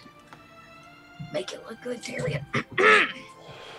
That is I look at Jonathan, I'm like, that is my famous Mama Tuck recipe. Darian just loves it, don't you, Darian? It's my favorite. Mine too. And he reaches to like cling glasses with you. To a new friendship and maybe your new favorite character. And he clinks. Yeah. In a very awkward, shaky clink, and he goes for a drink, and he just takes a couple of, well, it's hot, but he takes a few sips. Yep. Now, this is going to take time for him to imbibe this because it's hot. It's going to take him time to sip it. We don't have to go through the whole thing if you don't like, if you would not like to. If you guys just want to engage him in conversation. I'm going to guide it. Can I guide his cup up when he tries to pull it down? I'm going to kind of guide it. Like at this point, I'm probably pouring it on my own face. Like, yeah. This is fresh, boiling hot chocolate. You're pouring on your face. You're pouring it down his gullet. Oh. You can attempt to, but he's gonna be like it's just really, really hot, and it's gonna spill on him. Darian, from you, because this is gonna be kind of an extended action, you're not drinking yours, so I'm gonna need a composure plus stealth check from you as well to try and make it convince him that you are drinking through this. Okay. Yeah, it's composure plus stealth or no, you know what? Give me a manipulation plus persuasion. Hey, I'm good at that too. You're more trying to manipulate and lie. Okay, here we go. There's no plants nearby. Well, he's gonna roll as well to see if he notices. Can I will that? I've got a willpower point, right? Yeah, I've got a couple of those. Yeah, go right ahead. Yes. Make it so. But he's gonna have 2 successes with 1 extra roll for a 10 again that he got. Okay.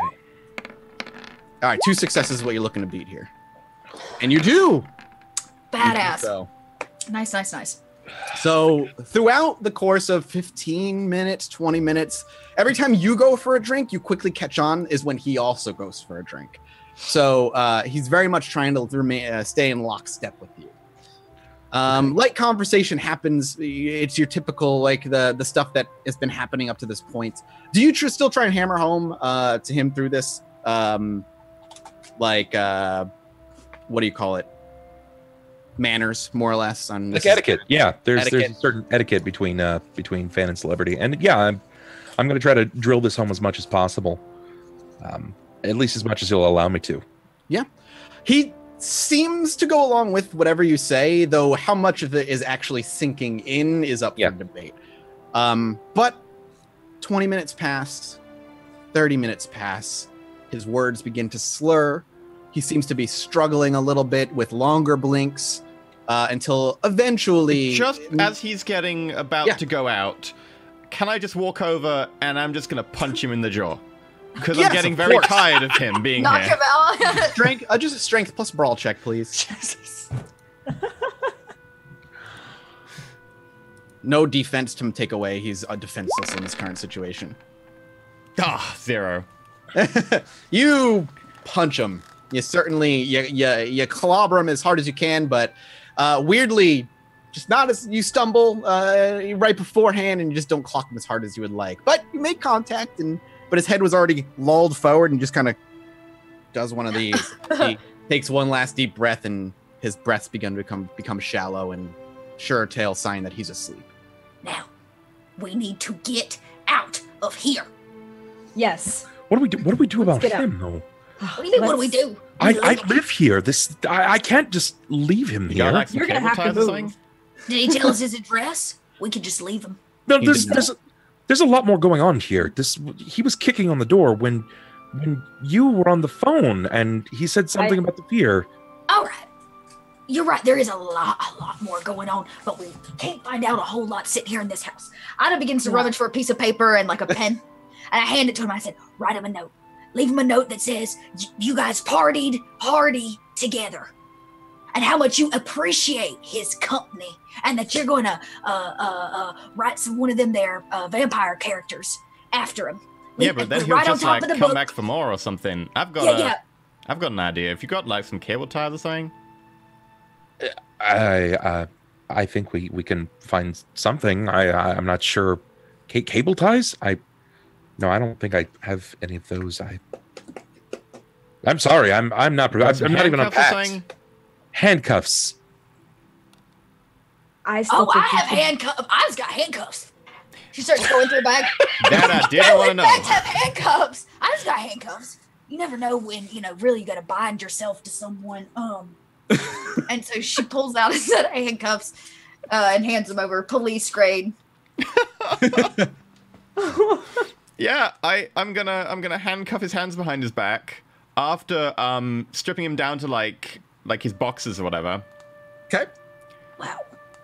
Does he have anything on him? Can we just kind of search his pockets? You're welcome to, absolutely. Once Okay. you go through his pockets, can I get an composure plus investigation roll, please? For going through his pockets. Mm. Okay.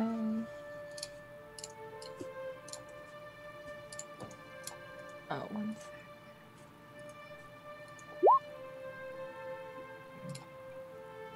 Oh, you need to do a chance die. Oh, Yeah, right, chance because die, there's chance no. die. Gotcha. Okay.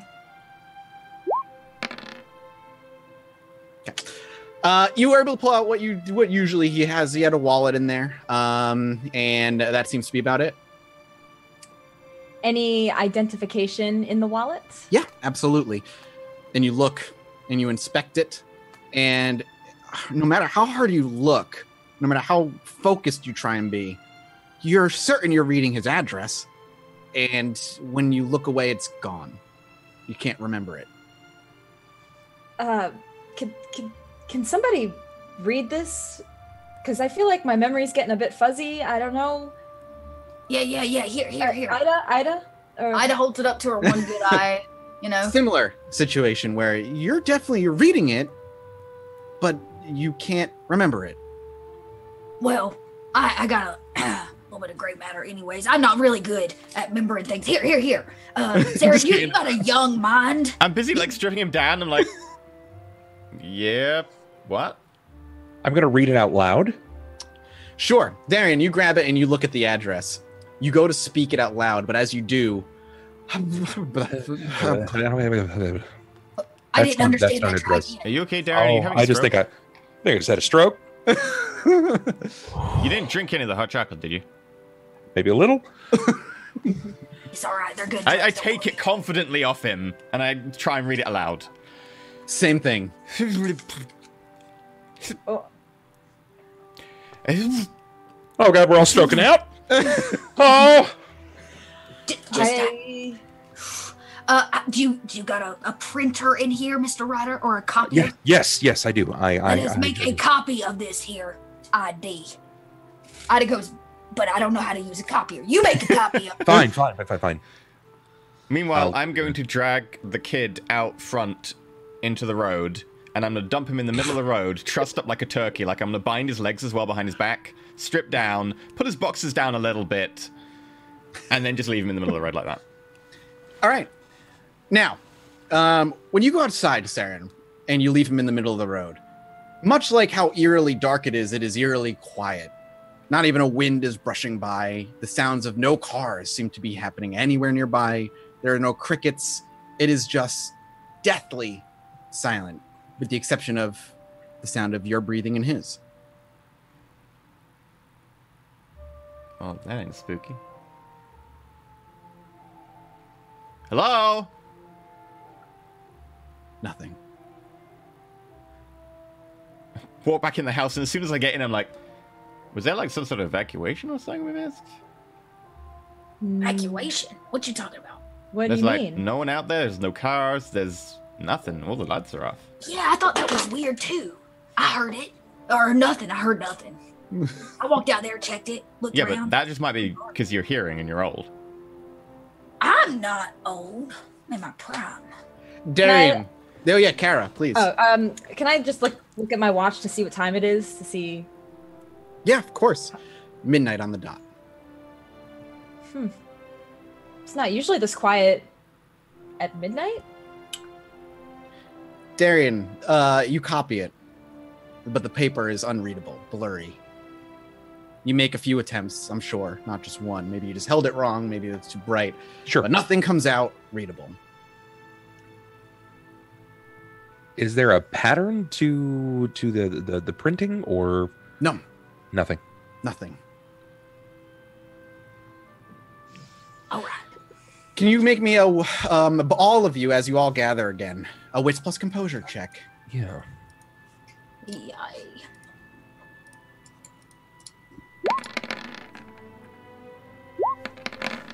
Wonderful rolls. All of you, fantastic. Look at that. You all hear it. The thing that pierces the eerie silence. After a few moments, I'm assuming, of Darian coming back and just being like, nothing copies. The telltale sign, or the telltale horn of an 18-wheeler. Like like the sound of its honking. It sounds like it. Someone's like pulling on the string. I'm gonna rush outside. Yeah. Yeah, same. I'm gonna Look around. I'm gonna stay like half in the door because afraid. Okay. I've got the Glock in my hand as well. You do? Oh, sure. Absolutely. You rush out. Who's rushing outside again? Saren, Kara, and Ida? So just Darian. Do you like look out the window, Darian, and follow what's happening? It's like I'm in the door frame, like holding the door open, watching. Okay. You see the kid in the middle of the road. Or I should say the man in the middle of the road, stripped down to his skivvies, tied up. And the blinding light of an 18-wheeler barreling down the road at a speed that is not okay for where you live. I've seen this before. Oh, this is some Stephen King levels of awful. You need Should to move we him out of the go road. get him? We should get him. That's probably. Is the plan to get him out of the road or to leave him in the middle of the road, Saren, Ida, and Kara? I would leave him. I'm not gonna run in the middle of this 18-wheeler coming down the road, barreling. Get him down out of the road. I do. He's gonna die. Well, I can't run. I'm staying back on this one.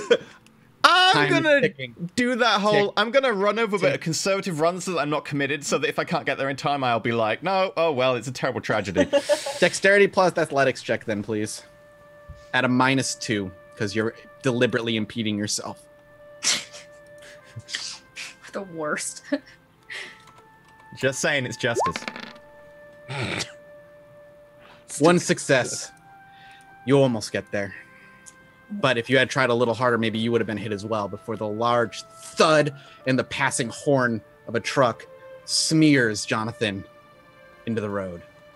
Nothing but blood, intestines, and what's left of maybe what was in his head are carried past the road as the truck turns left up ahead and continues on.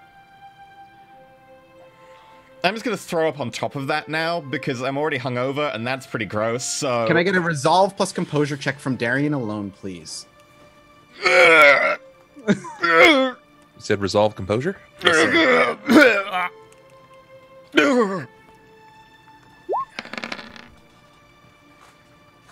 You blink, and your apartment's gone. The four of you find yourselves in the cabin again. Oh, what? The bucket What? not turned over again. The bucket back where it was. However, the dripping sounds slightly more muffled, as though there's more water in the bucket than there once was. I go for the bucket, and I'm gonna use a bit to just get the vomit off my lips, and then I'm gonna down some of the water to replace my stomach. You do notice that it was about a quarter full when you went to go drink, and you drank it. Okay, the bucket's more full this time. What the hell just Okay. happened? What is going on right now? Darian? We were just in your apartment, or right outside of it. I had this happen one time. It was like years ago. I was at a party with some producers, and someone like gave me something, and And you watch someone get hit by an 18-wheeler. well, no, but like I was like jumping between places. Everything was a bit blurred. Well, look, I'm clean. I don't have anything in my system. I should be fine. This is some weird joke or something, but Is the Yeah, writing it's like you're just like figments of my imagination. It's fine. Ida looks to see if there's writing in the corner. There is. Same writing? Same writing. okay. Kara starts like freaking out, like kind of grabs her head, does some rocking. Like this is not okay. Let's fill this bucket with water. The whole thing. Fill it. What do we got? I got some holy water in my bag. She pulls out like a flask. I don't want That to try to fill the flask bucket. is not gonna just turn around. Okay. I'm gonna pee in the bucket. The telltale trickle of a pee happens into the bucket, and you do. I can just imagine my character not turning around, and I'm looking Saren in the eyes, just like, As you're doing this, I just What bring the the Glock up.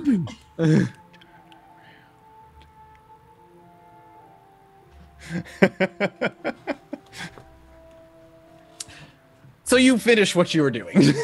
Is the bucket full yet? No.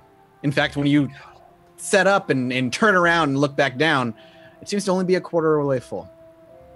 Obviously, didn't have enough in me. Darian, you're up. no, I have. What? You never No. peed in a bucket? What do we? Hold on, hold on. How do we even know this is going to work? We don't. I'm just When trying. has pee ever worked for anything? Works for jellyfish Have steak. you ever been stung by a jelly? Yeah. Me and this here tall lady are on the same page. I'm pretty What are you positive guys- that that's a fallacy. This is what are you guys talking about right now? They want me to pee in the bucket.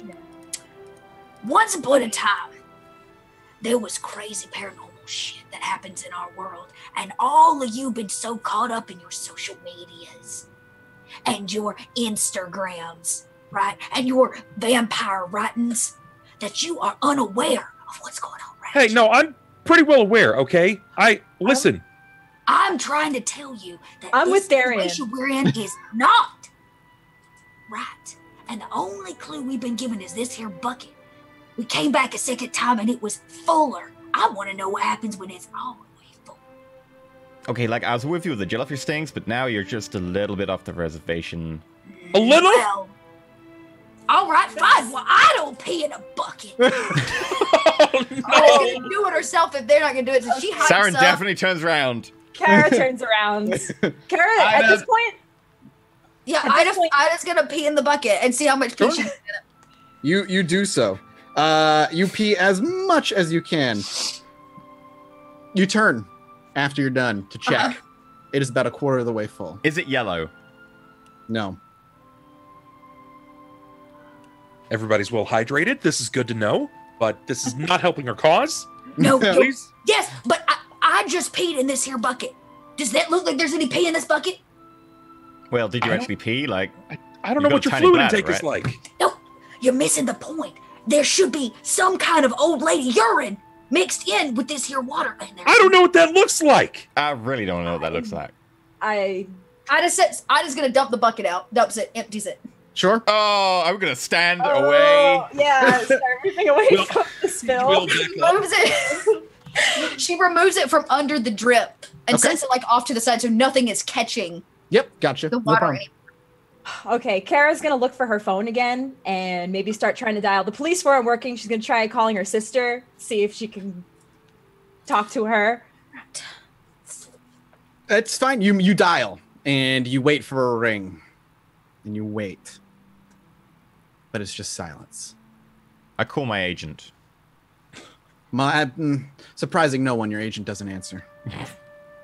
Oh, that was so much shade. That was fair. That was fair. Good shade.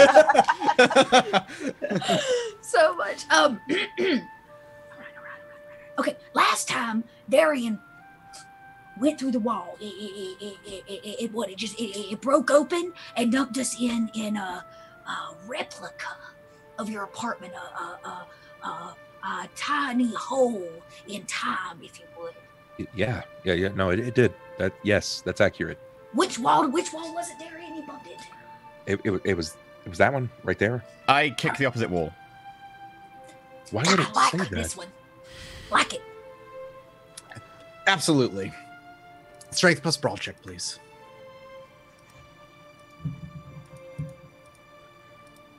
You want me to do it? No, that's Saren who's Okay. kicking. 4 successes. Ow. You wheel up with your right foot, I assume, and go to kick whatever weakest plank on the opposite side of the wall you can find. It cracks, and your foot pushes right through. Now I'm kind of awkwardly there, like split in midair with my foot in the wall, and just gonna like gently like hop back and pull my foot out. There's a hole. Well, What's on the other side? look through the hole. You don't see anything, it's too dark. You don't hear anything, it's too dark. Or there's just silence, rather. But you smell something. Familiar, maybe? All I can smell is Ida. It's Saren. I'm gonna gently pry the board away now that I've got like a big gap to. Yeah, and you do. A large creak and a snap before the decaying, dried piece of plank comes loose. A bigger hole there, not that you can fit through. Still pitch black. Still no sound. But a small breeze carrying a scent of... Is that your favorite alcohol? Well, there's nothing this way. We should try one of the other ones. Whoa, wait. Are you sure? And then Kara Yeah. walks up and starts looking, inspecting herself. Yeah. You see, hear, and smell nothing. Can I take my lighter and put it through to the other side? Yeah, you can Try do to add so. some light. You do. It's pitch black. Well, now. Anybody Can I try the brave enough door? to step through?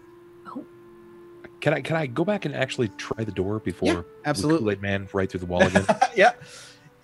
Darian, you just kind of nonchalantly walk over to the door, and it is unfortunately still locked. Okay. All right. How does this work? Okay. Is the hole big enough that somebody can fit through it, or is it just like just a board is missing? Just a board is missing so far. think you can pop another one of them boards out? I'm gonna toss this bucket in there. Yeah. I want to see if it hits something or makes noise or contact. Nah, there's probably like nothing on the side. It's just black. Try another wall. Wait. What are you afraid of?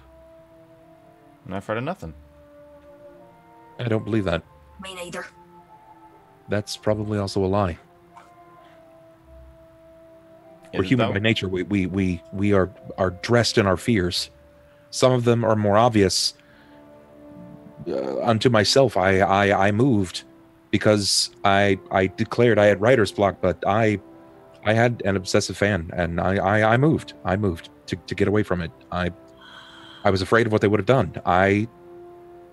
I've had some experiences. I don't think you're entirely crazy. Everybody else might think you're crazy, but I don't think so. I hold up a band that I wear on my wrist, and it's WWLD.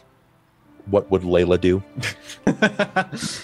Listen, there's a reason that I remind myself of this, because it's courage, it's intensity and bravery, and I moved because of my fears, and now I'm seeing it.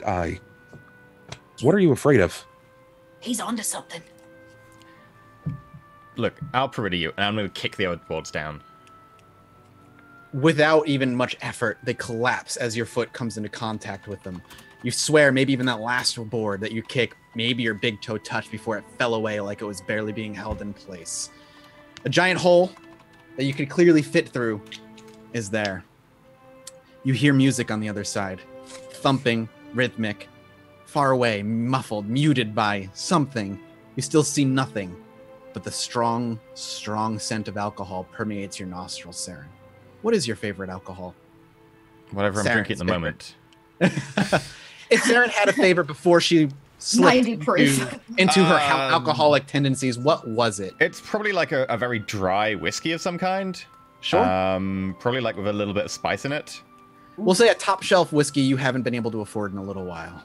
Or at least you haven't seen in a little while. Yeah. You smell it. The rhythmic music and the scent, though, still only you. They still see nothing. Is there enough to step across now? Yeah, it's big enough where you could step through. Yeah, I'm gonna step through. Totally confident. Not a problem. Everything's fine. No, And why are you going through? No, don't do that. Let her go. Remember now, she's got to face her own fears. I couldn't have done mine without you. Well, sounds like I need to go with her, and I just scoop the bucket up and step through. Come on. Sure. All right. So, Saren do it. first. Oh, Saren, as you step through, the darkness sticks, but it's not pitch black anymore. It's just dim.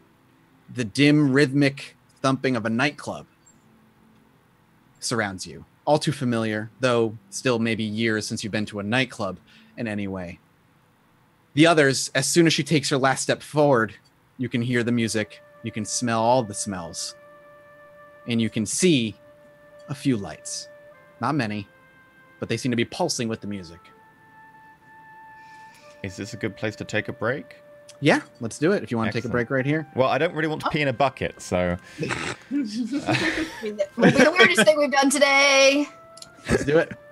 So we're going to go to a short 8-minute break. Feel free to enjoy a fan art video, or go check out the Patreon, or go pee in something that isn't a bucket. We'll be back in like 8 minutes, so we'll catch you shortly.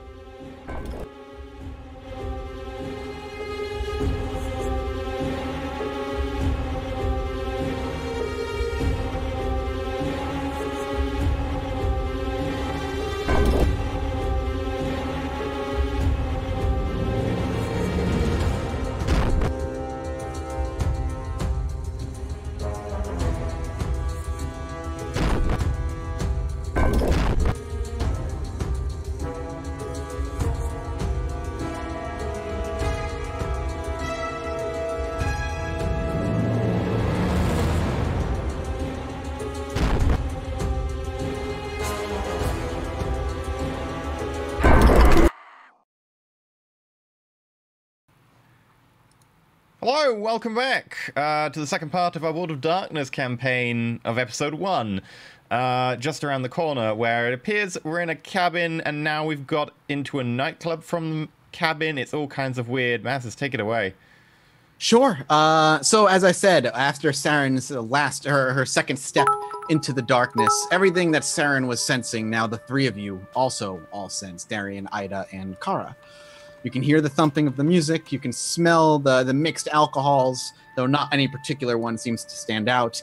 And the dim lights is replaced with the no light is replaced rather with a pulsing dim light. Do the three of you step in? I know Ida was like, I'm fucking going in, so. Yeah, and I don't know that I'll follow him very far. I just want to be in the space with him. Yeah, again, like make a step in. Carol, make a step in. Step in, and Darian, you as well? With an exasperated sigh, yes. And so the three of you step inwards. And as you step in, you didn't check before. You kind of left the office, but now it's more obvious with this. As you finally step in, Darian, you turn, you guys gather in. You're in the middle of a dance floor, of the club's dance floor, starkly in the center of it. Music is coming from a DJ booth where no DJ stands. Oh. Nobody is on the dance floor but the four of you. The bucket you attempted to take in is missing, as is the gun Saren had at her side. Well, Turning around, the hole to the cabin is not there. Drinks lay across the bar as though people were drinking. There's clear evidence of activity in here at some point. But this is not a club anyone is familiar with, at least no one from Madison. Saren, can I please get a composure plus intelligence check?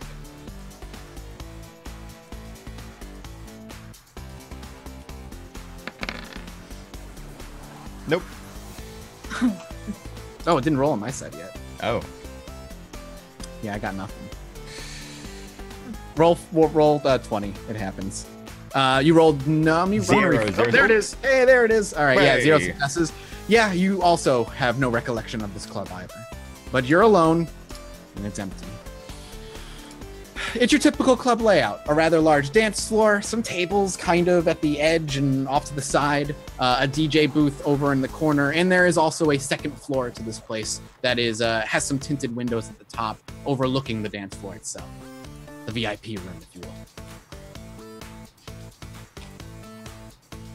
And there's nobody around. The four of you. Well, This is not my scene. I am not a nightclub goer. Forgive me, Ida, but I don't think this is yours. And Kara, this doesn't seem up your alley. Saren, my abilities of deduction are pointing directly at you. Well, you're a smart one. Just grab, like, is it like an open bottle of champagne or something nearby? Oh, absolutely. Or, Absolutely. Yeah, grab one of those and I'm gonna swig from it. When I'm in Rome. anybody got a watch? The Romans didn't pop out of a cabin in the middle of nothing. Not when in Rome. This is no, Saren. You're awfully introspective for a figment of my imagination. You might be able to benefit from a drink there, Darian. Forgive me if I'm a little tightly wound. I just had a crazed fan in my apartment, and then he got hit. Why is nobody else affected by this? His brains were splattered on the road. I'm still trying to process everything. I don't think that apartment nor the spattered brains were in fact real. Yeah, just like you aren't real and the cabin isn't real. That's right. You're all in my brain. I still think we're still dreaming. This is some weird dream, and Oh, so maybe one of those like shared dreaming things? I got a Maybe. theory about those. I don't even know if you guys are real. Sure do. If I'll ever see you again when we wake up, I don't know. So, if it is in fact a dream, this is the perfect time, Sarian, to do what you do. What do you do at the club? Well, there's no one else around, so probably not much. From the videos I've seen, there's lots of twerking. What is This that? is I give Darian like a bottle of champagne and get myself another one.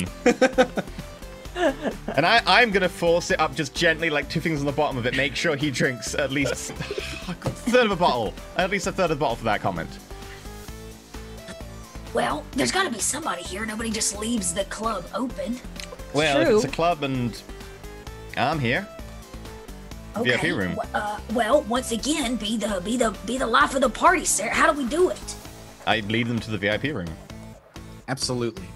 You just make your way there as though you know how to get there anyway. You've been in more VIP rooms than you can count. Even though you've been kind of out of the scene for so many years, those years you were filled almost nightly with clubs or festivities of some sort. The VIP room tends to stick out a little bit.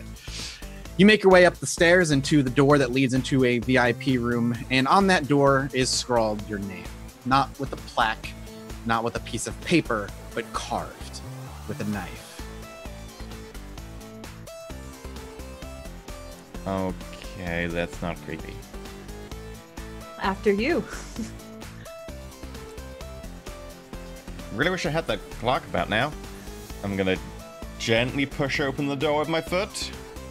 As you go to push the door open, the handle turns seemingly on its own, and inward it swings slowly. Before you is not your typical VIP room, Saren. Before you is a long table that you usually see in business meetings. Chairs line the sides. There's a chair at one end and a chair at the far end. But those chairs on the sides are filled with bodies. Some with a knife in their chest, some with a clear bullet hole through their forehead. All of them, however, composure plus intelligence check, Saren.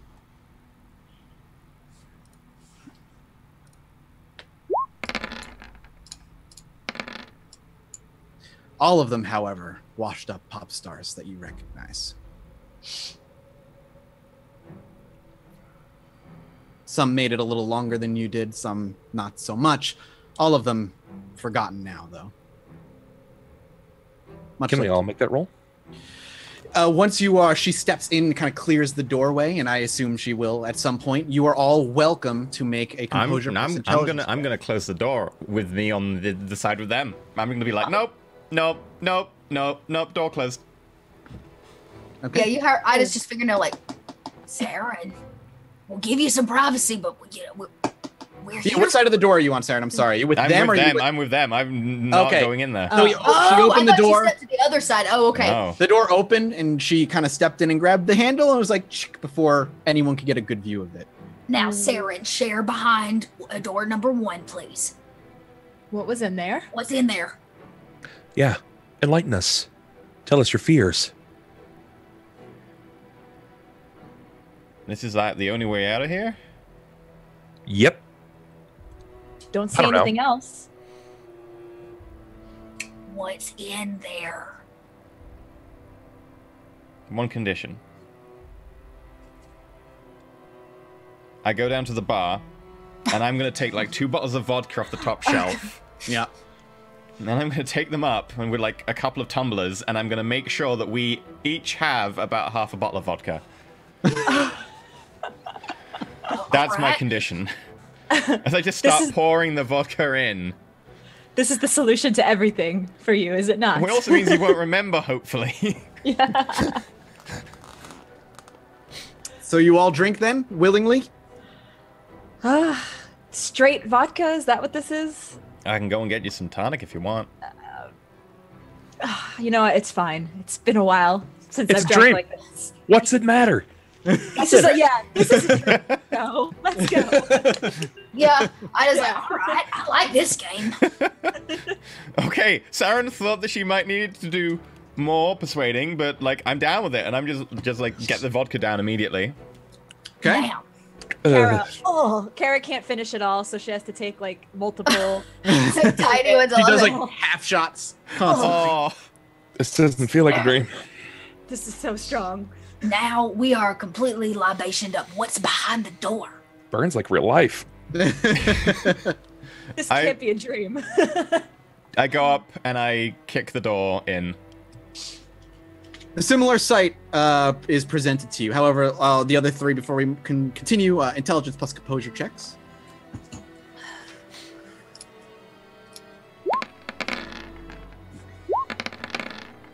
Ida, you never really followed the pop scene anyway. It wasn't your thing when it kind of came around and became popular. Kara and Darian, however, while not all of their faces look familiar, enough of them do where you kind of get the point. Well, it's just a room full of dead people. Dead. people. I recognize these faces. Saren. I'm gonna These go were all. forwards. Sure. You walk in and you pass a couple corpses that were actually up against the wall you didn't see before. Some with needles sticking out of their arms, some with a substance on their upper lip. One chair sits open. As the chair on the complete opposite end now sits a gentleman that you're certain wasn't there mere moments ago. In a nice suit, clean shaven, incredibly short hair, definitely in his late 20s at most, with a manila envelope in front of him, a gun on one side, a pen on the other, and he smiles and gestures for you to take a seat. Under protest, very silently, she sits down. I sit down. Absolutely. No other chairs are empty for anyone else to sit. What do the three of you do?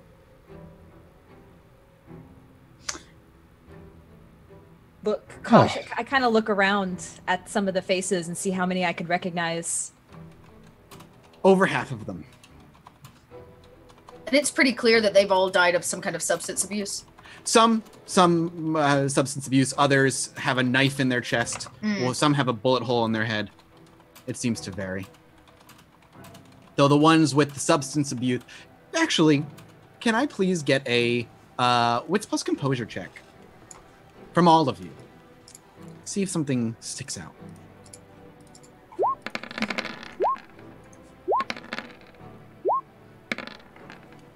That's a lot of 10s.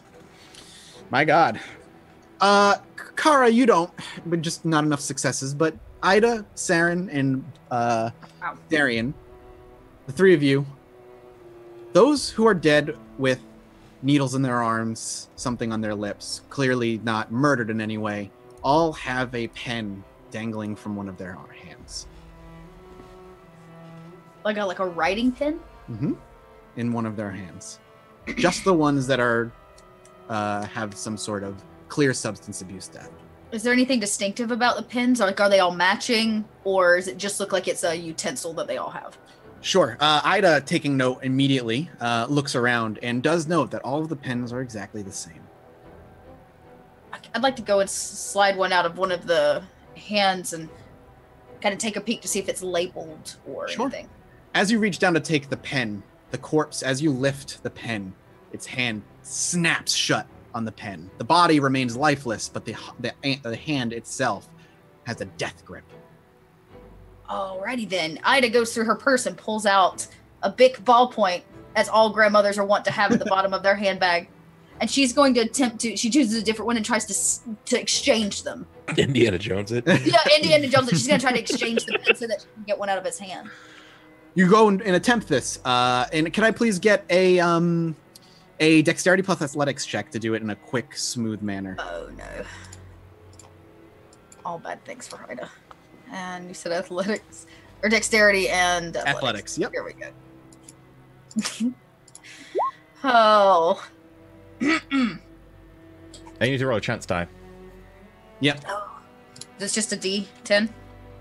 You can even hit chance at the top right of your character sheet where it says normal chance. Click on chance. Oh, okay. Roll it. Oh, thanks. Oh, close. Okay. So you went in to swap the pen out, but as you just touch the pen in the hand of another corpse snaps shut. Death grip on the hand, Okay. on the pen. Guess somebody likes their pins. Yep. Does Kara and Darian do anything else? Or do they just sit, watch, and observe? Taking note of what's happened, do all the pins match the pin sitting next to the businessman? You look at the pens, notice that they are the same as much as Ida does, and looks up, and you do notice that they are exactly the same. I would just go over toward Saren and watch what's going on over there. Okay. Saren sits. I'm gonna take some things in before I react. Okay. Saren, so you sit at the only open chair at the complete opposite end of this long table where this gentleman, clean suit, is smiling brightly. Do you say anything or do you wait for him to say I'm going to wait. Sure. Not too many moments pass, maybe just 10, 20 seconds, for he has his elbows up on the table, his hands crossed in his his chin right resting on his crossed fingers. Mia Star. There's something to that name, isn't there? I can see it now. Headlights, headlining, stage, fame, fortune, money, and more hot hits than anyone could ever imagine. What do you think, Mia? Is that the talent you possess? I've heard some of your songs. Your mixtape is, what do you kids say? It's fire nowadays. That tape is fire. I imagine we could do great things with you, Mia. Great things. Still gonna just be stony faced. I understand. Nerves tend to rack the system, and this is probably the first time you've been in anything like this before. A club this popular, this is exclusive. Usually most people are kicked away unless their name is on a list of some sort, and to get your name on that list, you need to know the right people. But I am your key. I'm your ticket to get into clubs like this across the country every night if you want. We have a contract here. All you need to do is go over it, sign it, and everything else will be history.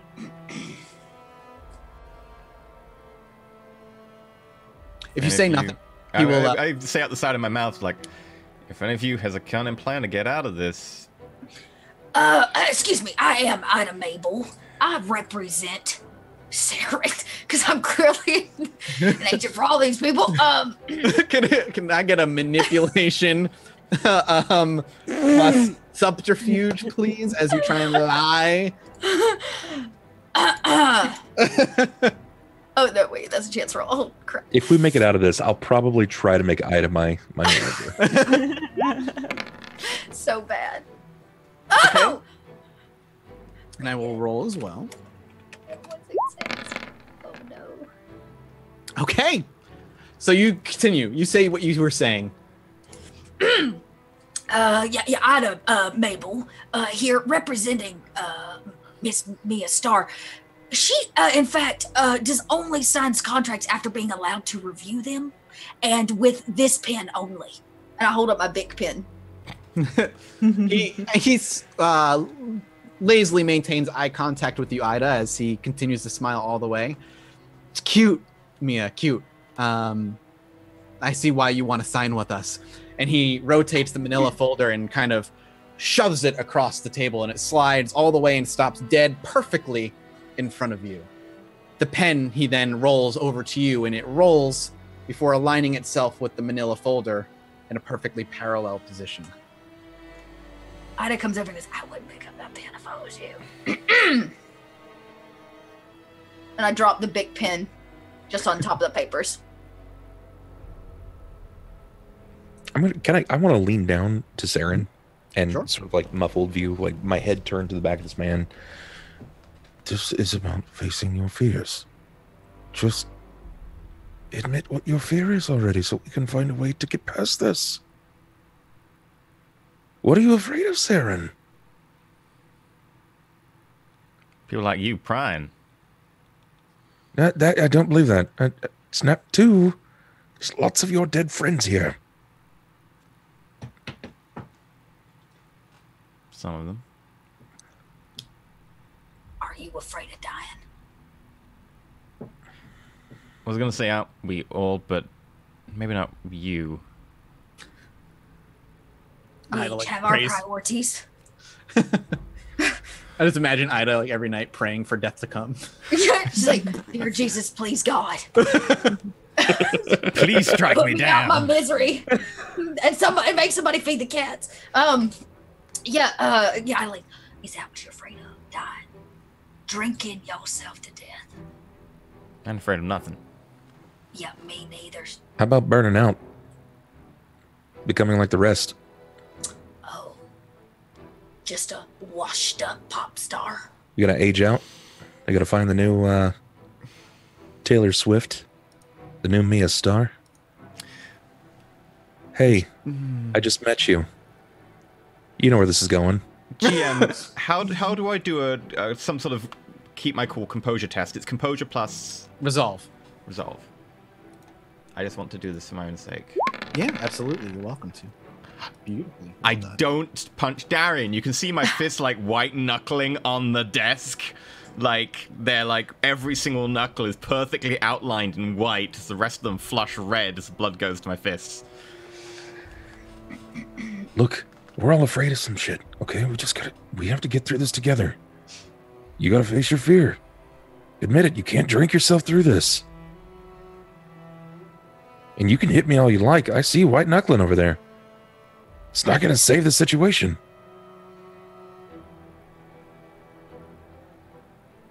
What's Maybe you're written right. on the papers? Can we see it? What's like The written? manila envelope is currently sitting resting in front of Saren. She Oh, is- it's inside of it. Okay. Mhm. Maybe hitting you won't solve this problem. I smashed the glass bottle from the vodka, and I'm going to throw it at the guy at the head of the table. Okay, you want to attack roll more or less? Yeah. Okay, he's a decent distance, so it's going to be since you're throwing, and you are using a glass bottle, strength plus weaponry. I'll give you just a -1 for this. Okay, Would I'm you going to use a like point of to willpower. Okay, I was about to ask. Add 3d10 -1 plus 3, so +2. +2. Yeah. Okay. You hurl this bottle at him with all of your might, as best you can. And he moves. Or did you miss? You're not sure, but for some reason, the bottle shatters perfectly behind his head against the wall. And he deftly moves his right hand to the gun and takes a shot. But not at you, Saren. And then if we want to go into combat, we can.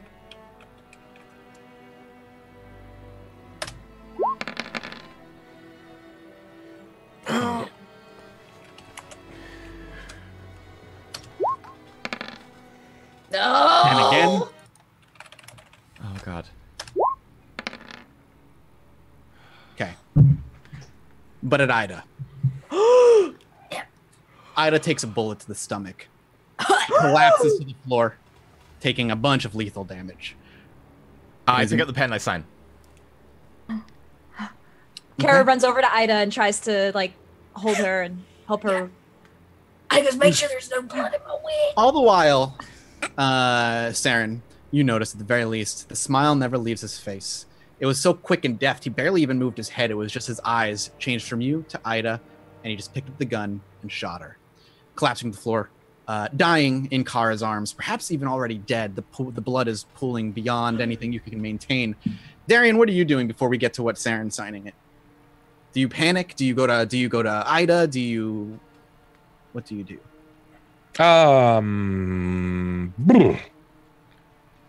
Well, I mean, I'm constantly feeling like this is a sort of dream state. If it is, then I'm a dream warrior. Take me over. I want to wrestle this gun out of his hands. All right, you charge him. As he's charging Saren, you open it, go to the very last page, and ink your name. Yeah. As you ink your name, you feel a prick on one of your fingers. And ink is not what is signed, but blood. Of course. As you close the manila envelope, just as Darian is approaching our dear friend, you feel something in your arm. Is that a needle? How long has it been? How long has it? The room is gone. The four of you, including Ida, are sitting in the cabin again. Oh, Ida, are you okay? Do I have Is a the wound wound still? gone? Saren, you're going to pick up a slight addiction that will work on between this episode and next. Okay. Am I still bleeding out? Nope, but you definitely still feel like you were shot. You Yeah, I remember hearing the shot and then blacking out. I like, holy Ooh. cats on a cake. That hurt. That But you're all right. Like he shot. There's no I don't- blood, right? Yeah, I kind of like Passed out. Oh no. Okay. Oh, With that, then, I very calmly get up. I walk over to the bucket. See it more full, I assume. Half full. I kick the bucket really hard. Well, you didn't sign them papers, did you? I do what I You had to did. do. So you signed them. You could have made a deal with the devil, boy. What girl? What are you? Pop star?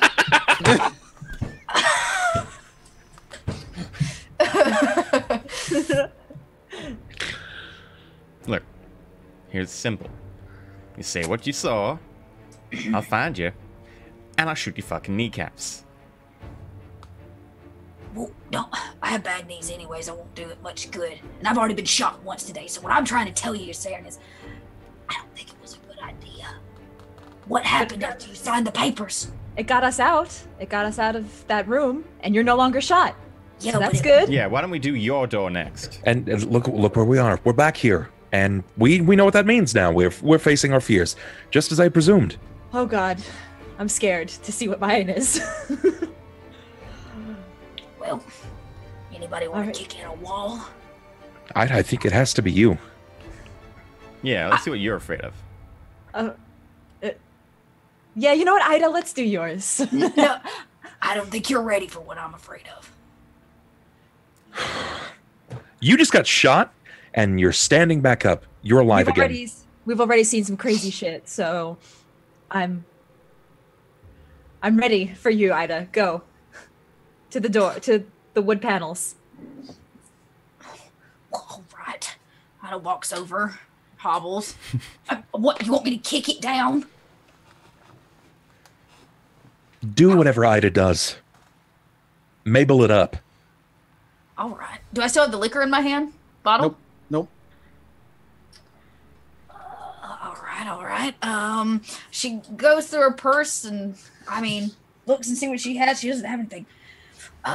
Except for a lighter and maybe some old tissues or something. I kick the bent bucket over to her.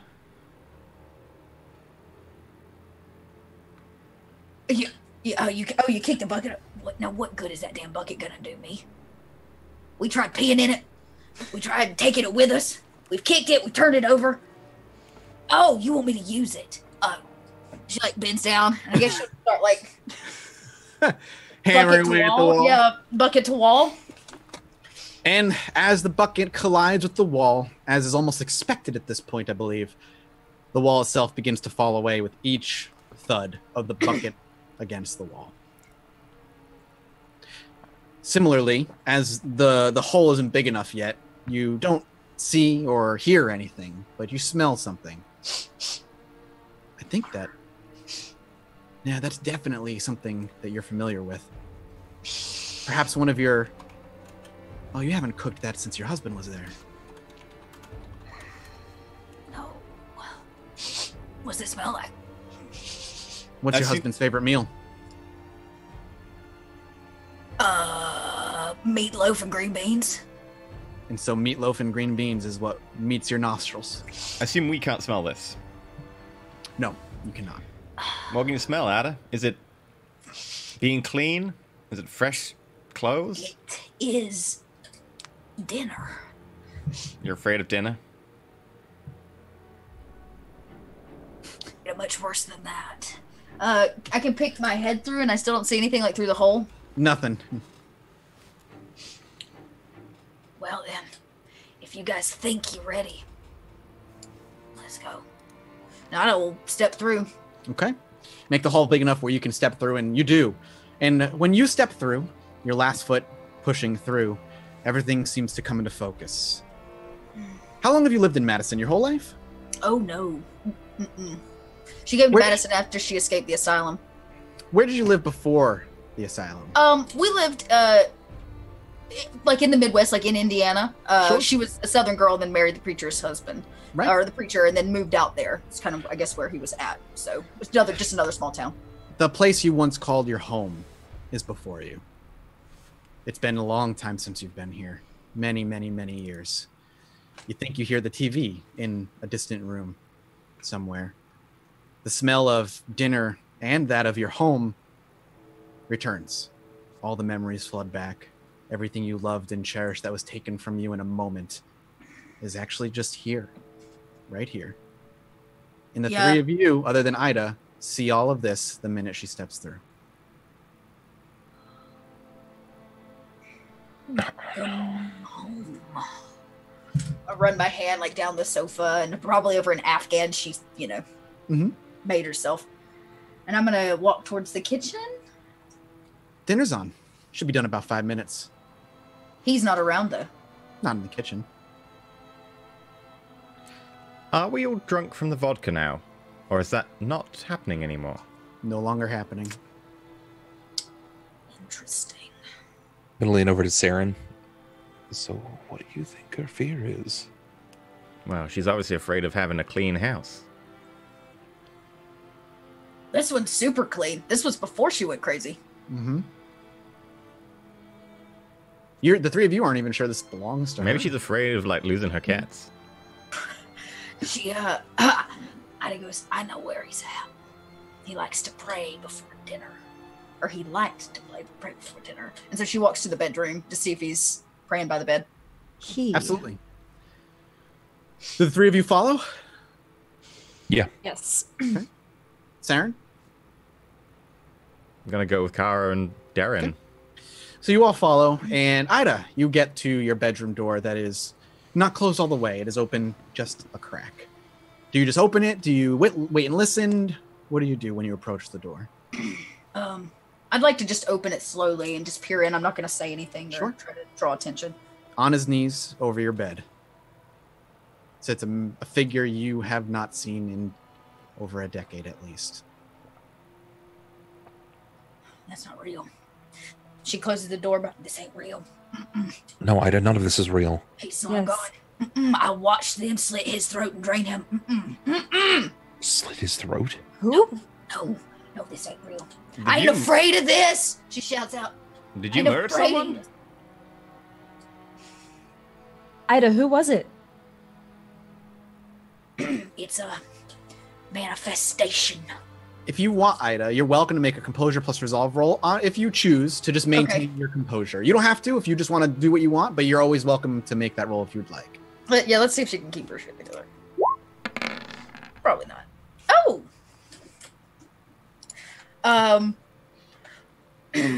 That is my late husband in there. You said they slit his throat. They did. Who's they? I don't know. They came and went. Was Was there a reason why? Don't know. he murdered, like, just in your home? No. It was at the church. Don't matter. Nobody believes me anyways. Oh, crazy Ida. Always talking about her dead husband that went disappearing. Says they left her. He left her. Left her to fend for herself. The preacher's wife lost her mind. Ida, forgive me for saying, but this doesn't really necessarily sound like a fear. This sounds like a potential reconnection, a revitalization of a memory. This might be your only opportunity to take something like this in. I don't really understand what the guy's saying, but... And I step forwards and I'm just like put a hand on her shoulder and give her a squeeze. And then I'm gonna walk out the room and have her time. From the other side of the door, as Saren walks away here. Baby, how much longer till dinner? Almost without like not missing a beat, as if her like it just happened. She goes, 10 minutes. Oh. Excellent. It smells so good.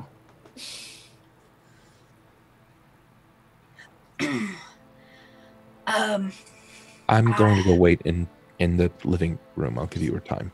Don't So touch Saren and Darian walk away. Kara, do you stay with Ida? Ida, do you need somebody to go with you, or? I don't know. I'm not afraid of him. He was a good man. He's not alive no more. None of this is real. What am I supposed to do? Just talk to my dead husband? Like he didn't get, his throat slit over the altar at the church? I don't know, but the only answers you'll get are if you go in there. Oh, I don't like being made to do nothing. Kind of straightens up her like blouse and goes, all right. I like on the door. What are you knocking for? I didn't want to interrupt your prayers, sweetheart. Do you open the door or do you just keep talking through Yeah, it? I'll open it. I'll open it up. Okay. You open the door. Do you step through and then shut the door behind you? No, I'll just leave it open. Okay. Kara, do you stay up there and watch or? I'll just kind of stand outside. Okay, sounds good. Ida, you make your way, and the room's not too big, but it's relatively well furnished. Could you make me a wits plus composure check, please? Oh.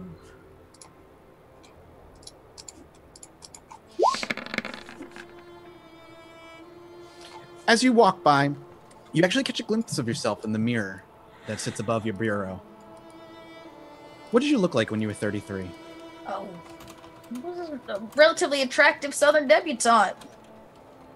Really nice little Sunday get up, buttons on my dress, match my brooch. She's just a page. And that's exactly what you see in the mirror. Yeah, Ida like runs her hands down her slim figure, you know, no longer like hunched. Yeah. Even runs her hand down the mirror. Yeah. And when you run your hands down your actual body, you feel what you see in the mirror. If I look down, is it the same? It is.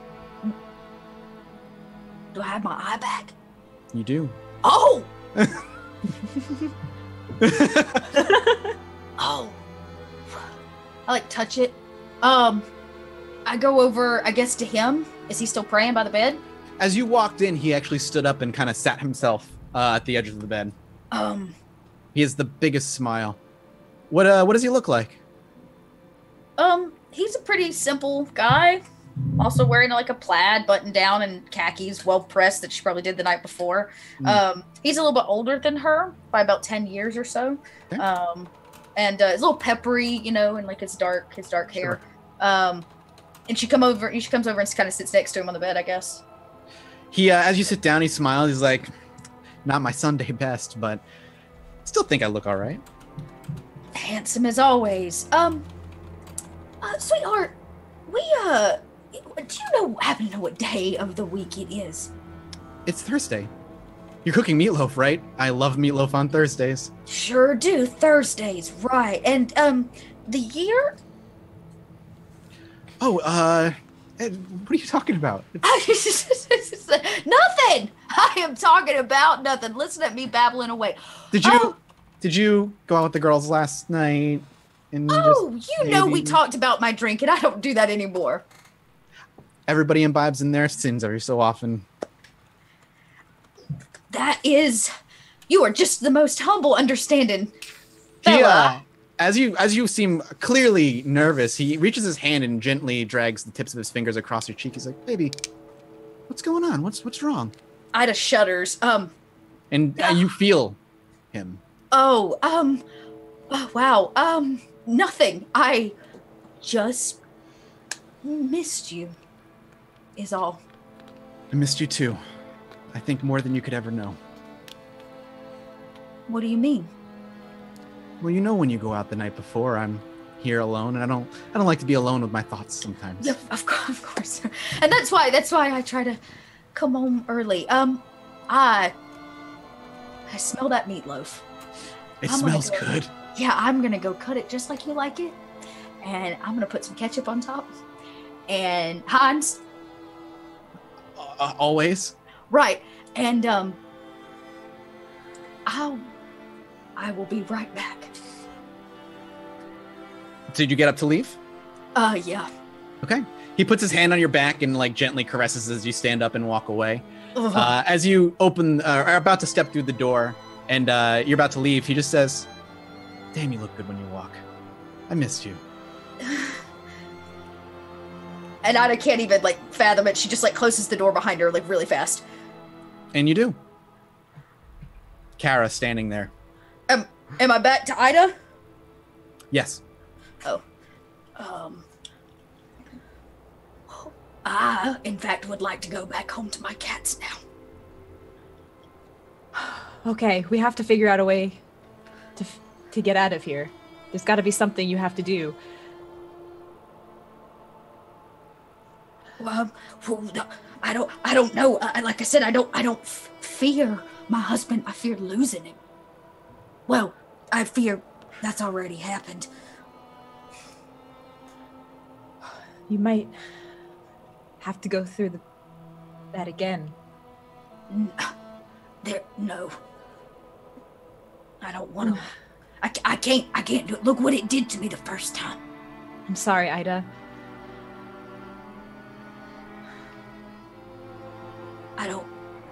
I'm gonna go set dinner.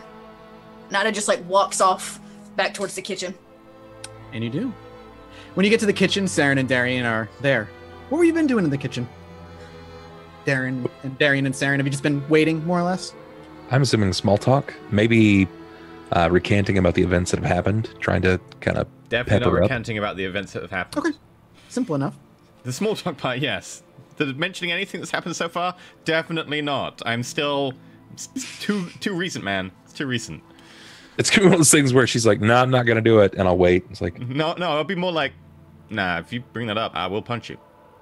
I'll punch you in the throat. we're all facing fears here, okay? And you're afraid of me punching you in the throat, so I'm not. you should be. Does Ada overhear this as she comes down? Yeah, as you're coming at the tail end of that conversation, we'll say. You catch a couple of last words, but nothing too much. You're very much lost in your own thoughts right now. But as you, it's almost serendipitous. As you walk into the kitchen, the ding of your timer goes off. Meatloaf's ready. Everybody take a seat at the table. Get! Yes, ma'am. Yep. Straight to the table. Ada, she'll like go grab plates, like just like almost on a loop or in some kind of like repetitive pattern of having done it Muscle for memory. years. Yeah, exactly. Yeah. Absolutely. You set the table. Fine. Everybody takes their seat. There's enough chairs for everybody here.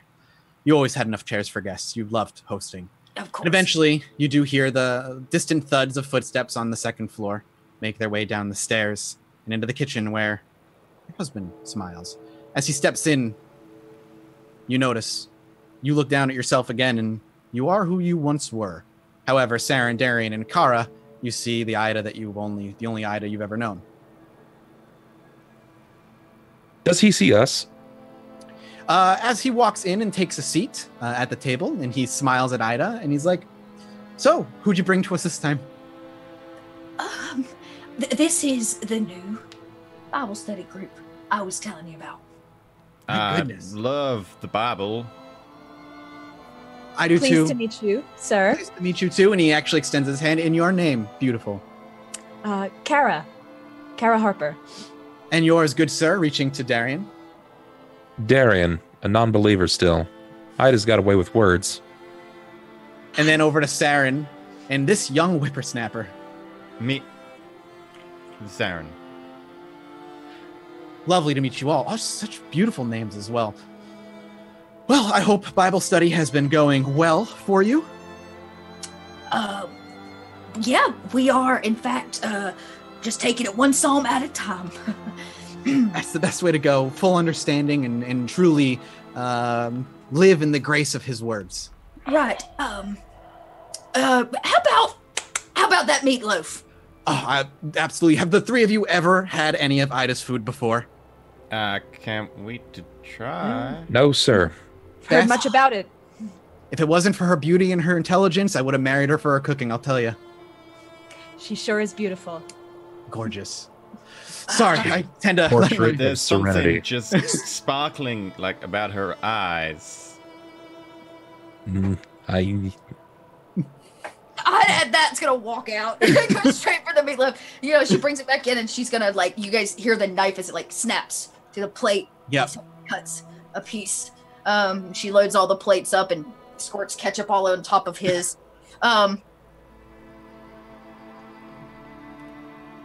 As she goes behind his chair with the knife still in hand and sets his plate, she puts a hand on his shoulder. He looks up to you, smiling. I love you. You know that? And I've loved you since the day I've met you. And It I feels love like... You cut... Please. No, by all means. Oh, I'm Jesus. going to cover my eyes. Yeah. Not a day goes by since the moment I laid eyes on you that I can't believe that I'm with you. Our marriage, I can't wait to spend the next 30 years with you. That was my dream, too. Was. Yes. We're only about to have dinner, Ida. Do you plan on moving out on me? And is this, No. and he gestures jokingly to Darian, is this my replacement? I would be so lucky, sir. You're damn right you would. Pardon my language. I busy myself with the meatloaf. Now tell me you put my what? favorite stuff in this meatloaf. Oh, your favorite stuff. Of course. Why don't you remind me what that is? Oh, come on now. I love it doused with fucking red, or sorry, I swear. I doused it with red pepper flakes on the inside, a little kick. Oh, yes, of course. It's spicy to your liking. Yes. Ida's gonna walk behind him, still hand like running across his shoulders. How's it taste? Let's find out. And he goes and kind of cuts a piece of the meatloaf and puts it in his mouth and starts to chew. And just serendipitously and in pure ecstasy, he closes his eyes. It's like, I swear it gets better every time. Ida takes the knife and his throat as he swallows. Do you think Ida would need to make a resolve plus composure check to be able to force herself to do it? I'm leaving that's in your hand. I don't know how lost she would find herself. Knows that, I was about to say, she knows that this is not him. That's what she keeps reminding herself. So I'm going to say she's aware it's not him, but it's definitely hard. So why not? Just for the fun. It's plus You're welcome to use a willpower if you'd like. Oh, I do want to use a willpower. Man. I haven't seen the results, so go ahead and reroll the resolve. I was about to say, no, it's a 3. I'm staring at it. It's worth it. Just leave it. You want to stick with it? Yeah, Okay. I'm going to hold on to this because I've already used one today. So, all right. Yeah, she just opens his throat up at the table. And with a swift motion, maybe even tear running down Ida's face, and the quivering voice she seems to have, what are your final words to him?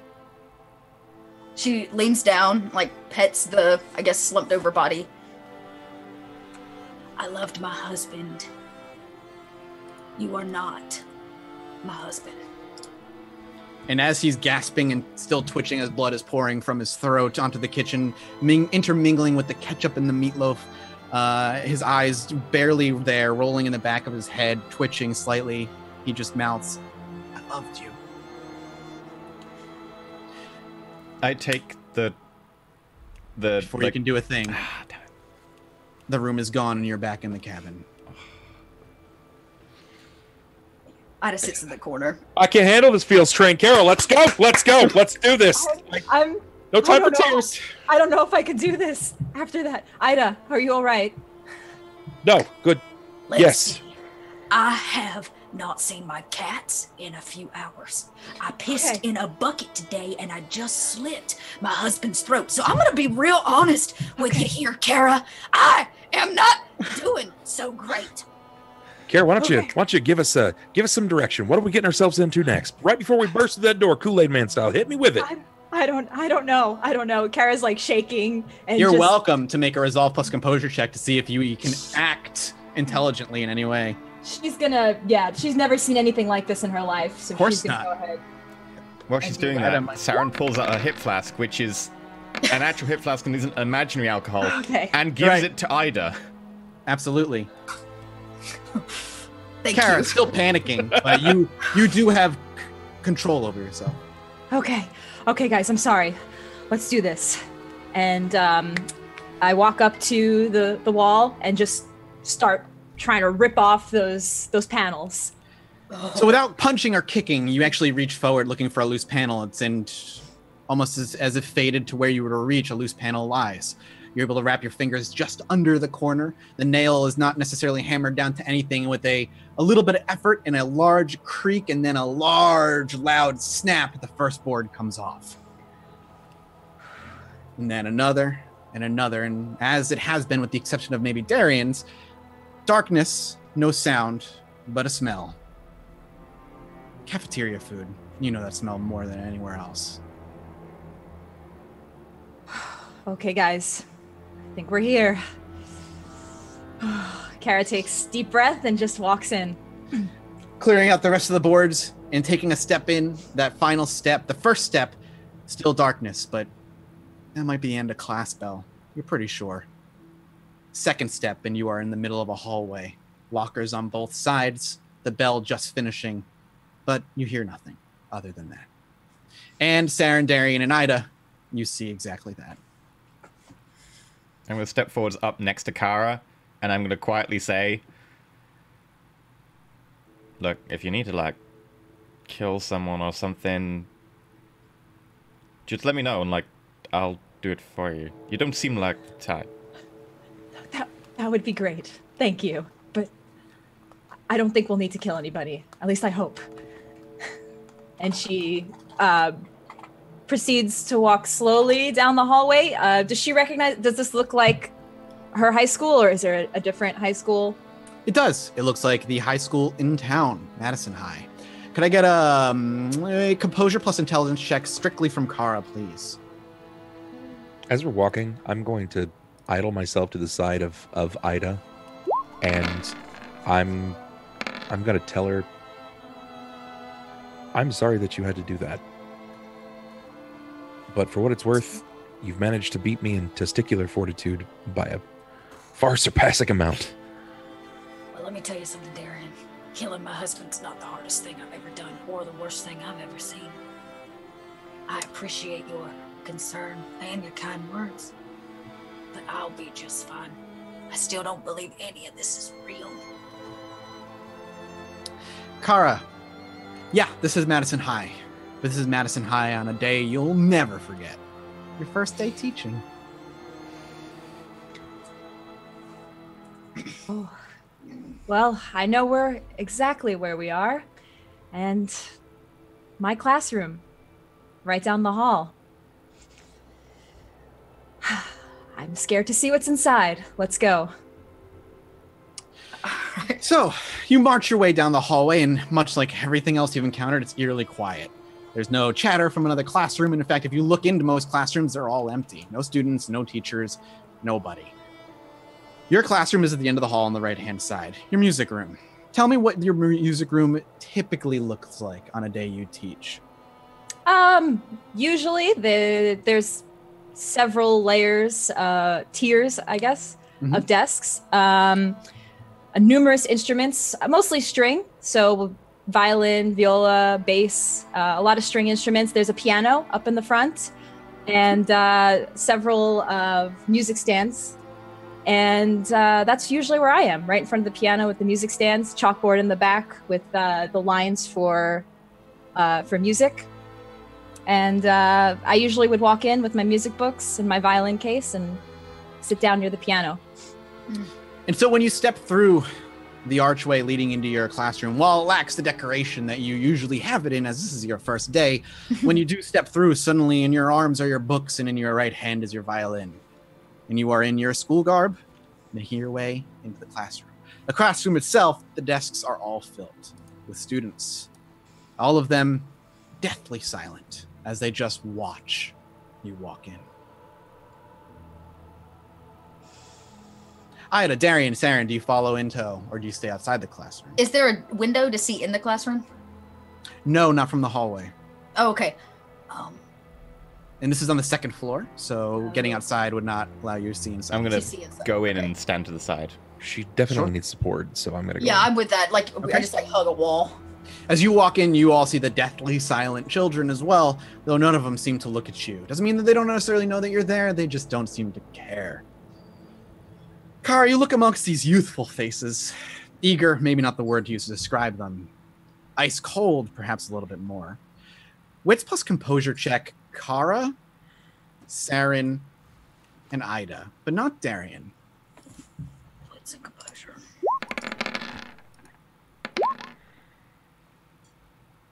Saren, you don't notice.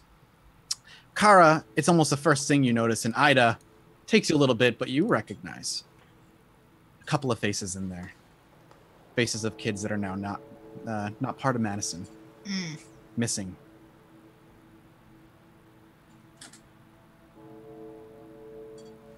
Matthew and I take a step up and look at the students, and I would act as if I was about to start my first day. Hello, students. My name is Miss Harper, and I'm here to teach you all about music on your first day. So, tell me. You get cut off by a kid. Can you tell us your first day? Of course it's our first day.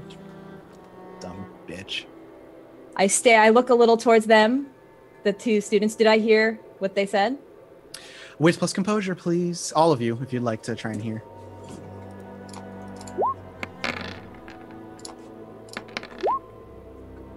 You all hear it. Oh, did you have something to share with us? What's your name? He smiles. Matthew. Matthew. Is What are you this... gonna do? Tell the principal? So wait. Sorry, did you say that the students who were missing were here or weren't Yep, here? they are and here. That was... Do I Correct. recognize that as Matthew? Yep. Matthew. This is only our first day, and we're already getting off to a very, very bad start. I would really, really appreciate your cooperation. Absolutely. And then he kind of gives you that face and nods and then just looks down at his desk. Well, how about this, Matthew? Tell me, out of all the instruments, string, woodwind, percussion, which one would you like to learn the most? I'll tell you, I'm not really good at instruments, but I'm a cunning linguist. I see. This cheeky little shit. So I like what, take a step forwards and then I'm gonna stop myself and I'm gonna try and catch Kara's eye and be like, do you wanna tag tag me in here? It's okay, it's okay. So, tell me, what brings you to this class then? You just here for those extra credits that you need? Is that the truth? Everybody has to pick an easy class. Easy, huh? New teacher. Nice. You're like what, 12? You're legal. You're legal. I'm not. I'm Listen. testing.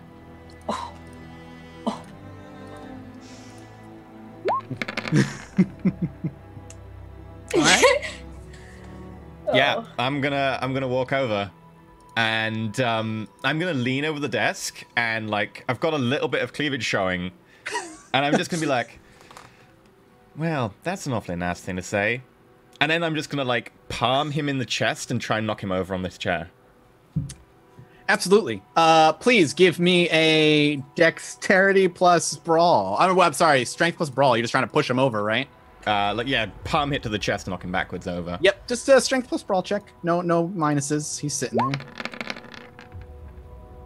You do so, inflicting a little bit of bashing as well as you do. I'm assuming with force, just like boom, and just Yeah, knock I want him to like go back over out of his chair and like across the ground a little bit.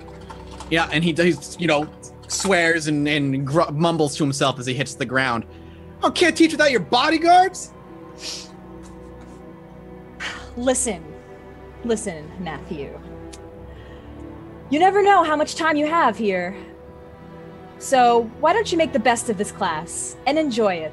Because you just don't know what could happen when you leave this classroom. Manipulation plus persuasion. With a +1 due to Saren a little bit of force. Yeah, is there a calendar up in this classroom? Like somewhere we can see date and time or date? Yeah, absolutely. It doesn't take you. You don't even need a wits plus composure. You see a calendar. When did you start teaching here specifically, Kara? How long have you been teaching in Madison? Probably about a year. Okay. Still fairly new. So, maybe a little over a year ago. Yeah. Listen, you little shit. I don't even like kids that much, all right? I'm just here to teach you how to play an instrument. And you're gonna have a great time here, learning how to play whatever instrument you want. He kind of like scrambles up to his chair and sits down. He's like, yeah, we'll see how long you have a job after your little bodyguard knocked me over. I didn't see anything. Did anybody else see anything? Didn't see nothing.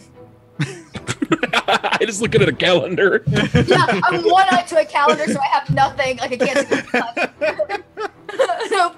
Yeah, I didn't see nothing. And Darian, you go, did anybody else see anything? Every single student's hand goes up. We did. All right, class.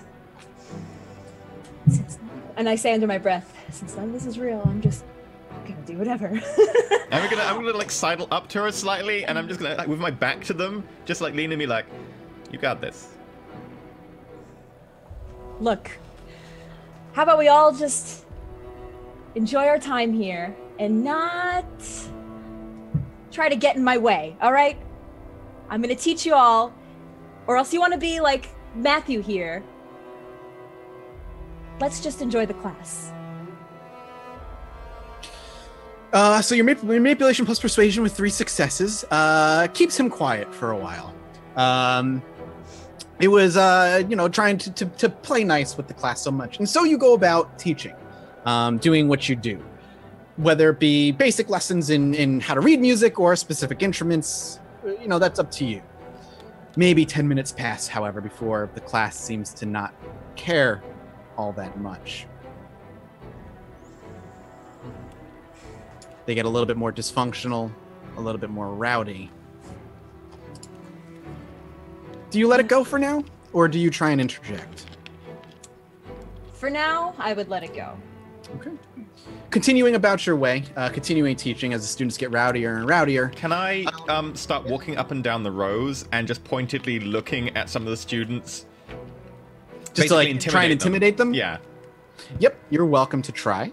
But that would be presence plus intimidation as you're just trying to impose yourself upon them. Ida, what do you think? What do you think her fear is here? Not she's just not going to be liked? Apples. It's deeper than that. Nothing. I gotcha. What do you suspect? Fear of losing her students, their respect, or maybe it's much deeper than that. I'm thinking we need to let these kids out of this classroom. Follow those 2 right there. Do you know who those are? I'm new to town. I've been here a week. I have no idea. Those 2 kids. We miss it about a year ago. To today, not to that date. And I point at the calendar on the wall. Mysteriously up and disappeared. Why do you think Ida chose to stay in this town? Should we convey that to Kara? Ida'll step up and go, excuse me, Mrs. Harper, assistant principal Mabel here. I want to let you know that we need to speak with you for a minute in the hallway. All right. Class, please review the first few notes of our music theory instruction. And I follow them out. As you walk out, the students get louder and louder, and as you're about to leave, yeah, go consult your assistant. You don't know what the fuck you're doing. I put a hand on Kara's shoulder. I'm like, what is it? What do you fear? I don't know. I don't know. Okay? Look, if you want the truth, I didn't even want this job, okay? I love music, don't get me wrong, but I didn't want to be a teacher. I don't like kids. They're annoying little shits. They are indeed. You know who those 2 are? Yes. I mentioned it. You do. I'm not outside the room. I'm still in the room. Okay. They're rowdy as shit. Oh, I've got I don't even want to go back in there. It's trying. High school kids are the worst. Like, they couldn't have given me like kindergarten, 1st grade, where they just learned to play the recorder or something. They had to give me the high school kids. Kara, that is your fear. Having to do this piece of shit job. Saren, can you give me a wits plus composure check at a -2?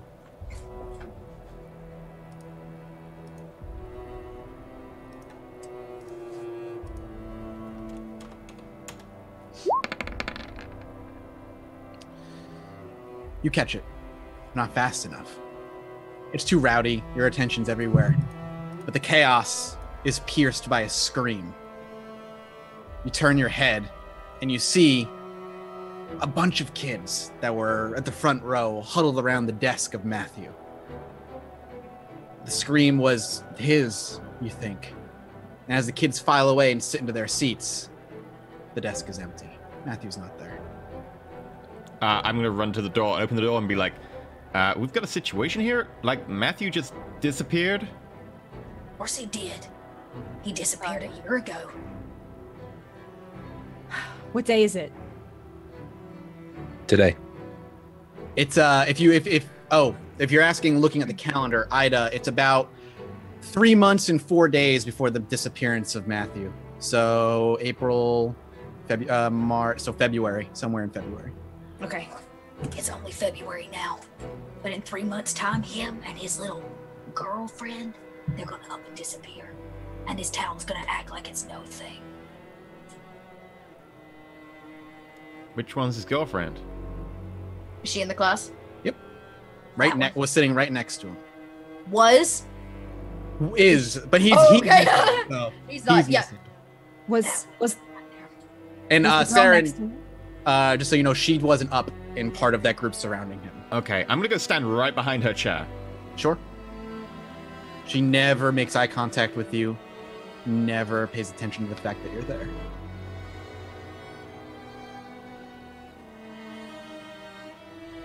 What did the rest of you do? So you have just a fear of, you don't have a fear of kids. A fear of failure. A fear of I guess that's it. Look. Go show them that you're no failure. Pick up that their violin and play us something. This is how this works in cinema theory and the structure of a novel. The teacher who's afraid of failure, you go in and you kick ass.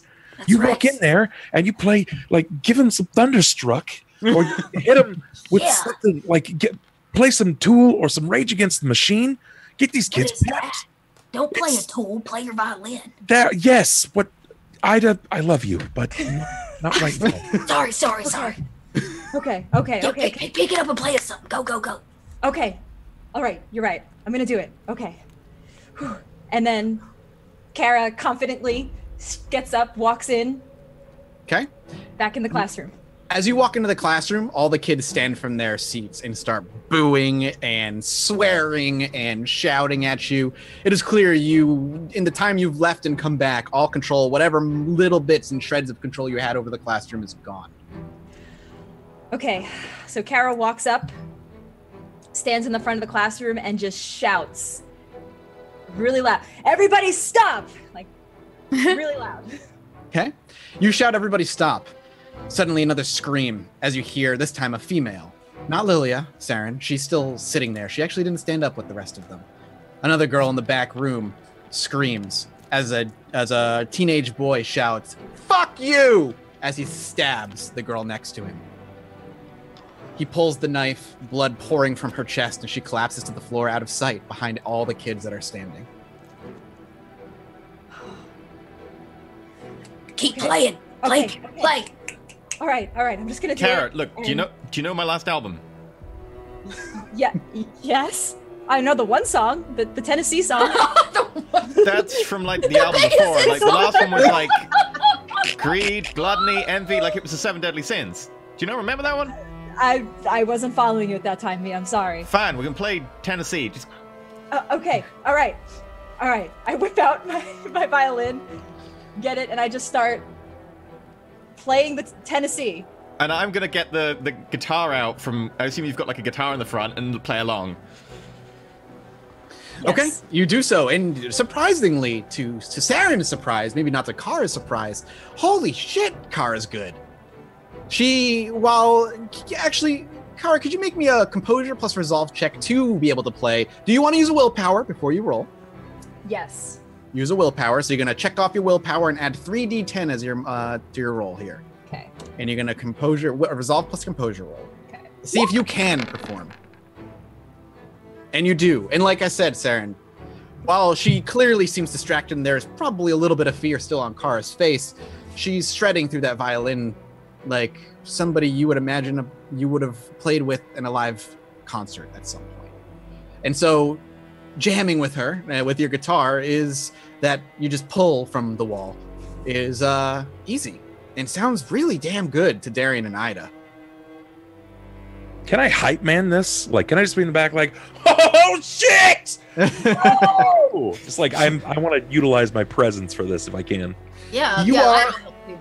Yeah, presence plus persuasion. Perfect. I think Ida's gonna do a dance.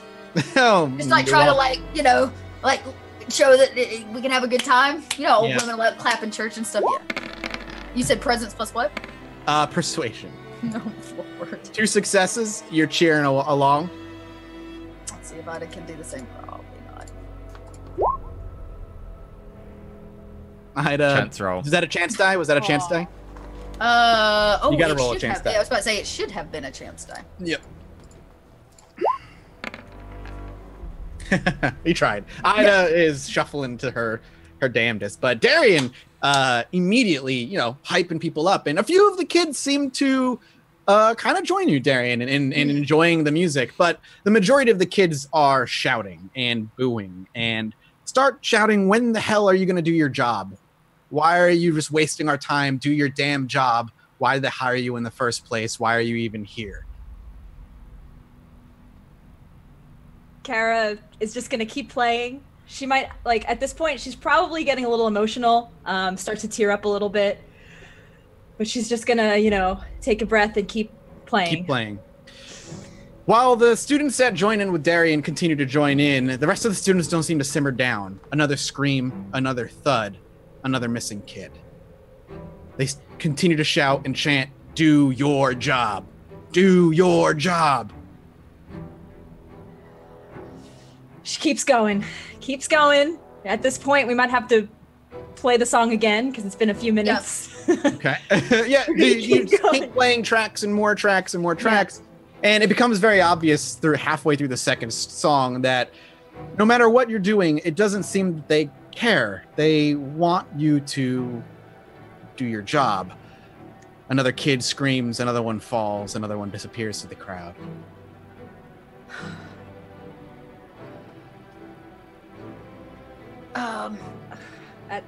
This isn't working.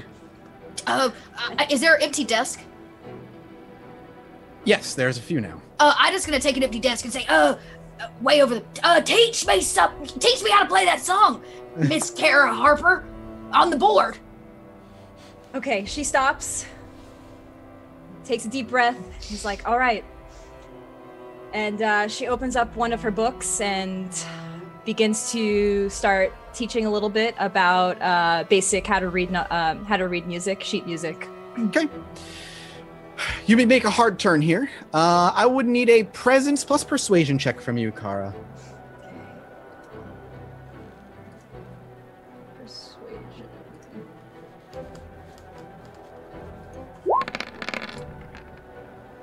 Okay. The rowdiness simmers, not completely by any stretch, but to the point where everybody sits down. The kids who are stabbed or hurt in some way are no longer at their desks. The chairs are just empty, much like Matthew's. Lilia, through that whole thing, Sarah, and I imagine you were saying, "Oh, well, you were playing guitar, but I as was you going stand to up." pull up a chair in front, but in front of her desk specifically. Okay, and you do in front of Lilia's desk? Yeah. Okay, you do so. She's still there, sitting silently, kind of staring through you, maybe? You're not entirely sure. But you keep doing and you keep teaching. They sit down, but they're rowdy. But back to the rowdy that you're used to as a teacher. At least you were used to. Spitballs, paper, jeering, taunting. They're not paying attention. But they're not killing anymore, at least. Okay. Is the plan for Kara just to teach her class as though nothing was to happen and go through with it? Seems like it's working, so she's gonna keep teaching. It's like a clock which is moving. There is a clock. It is not ticking. It is actually, now that you look at the clock, it says 11:59.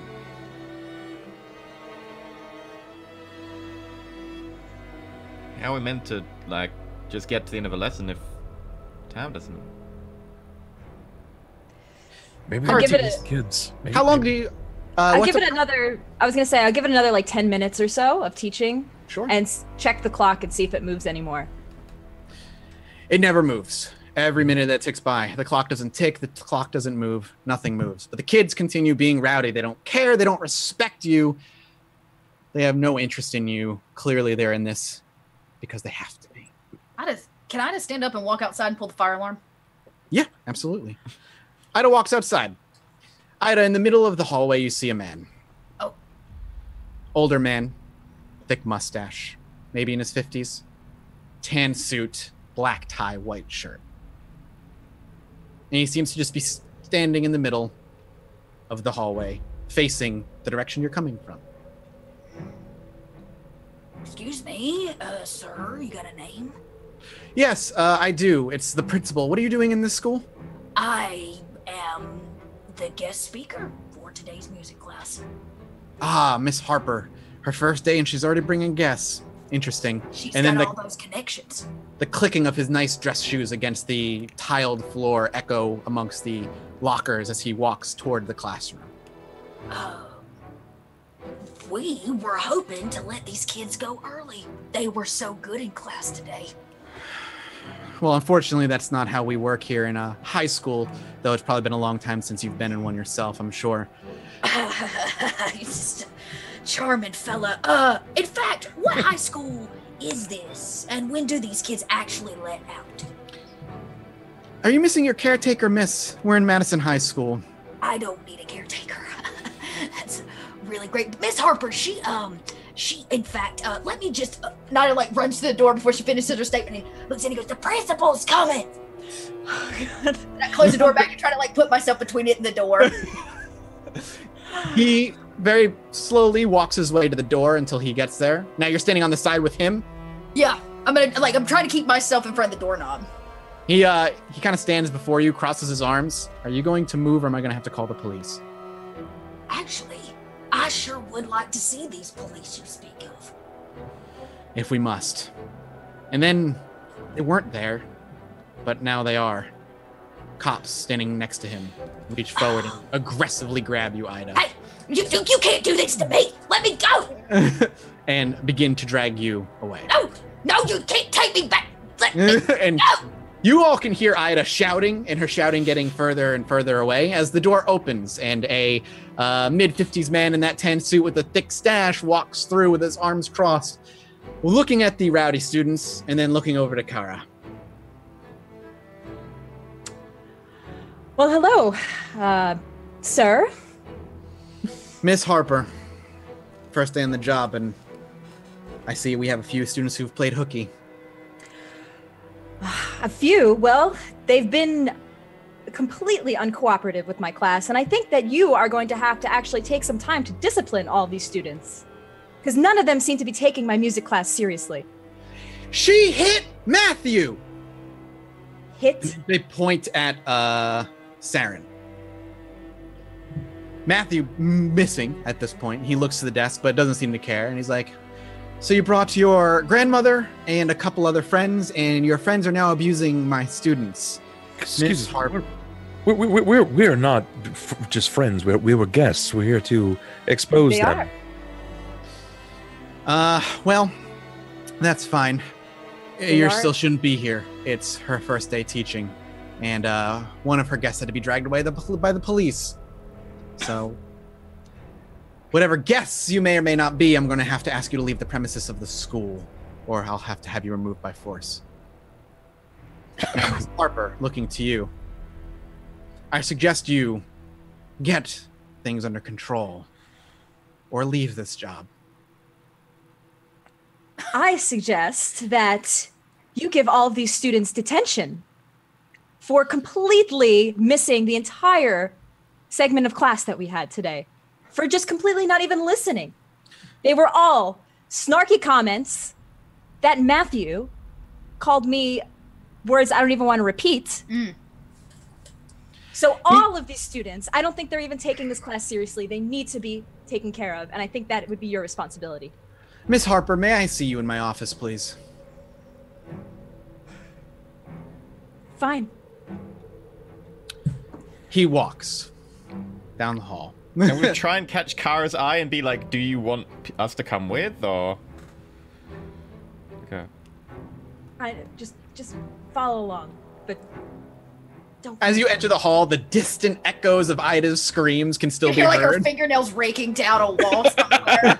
No, I won't go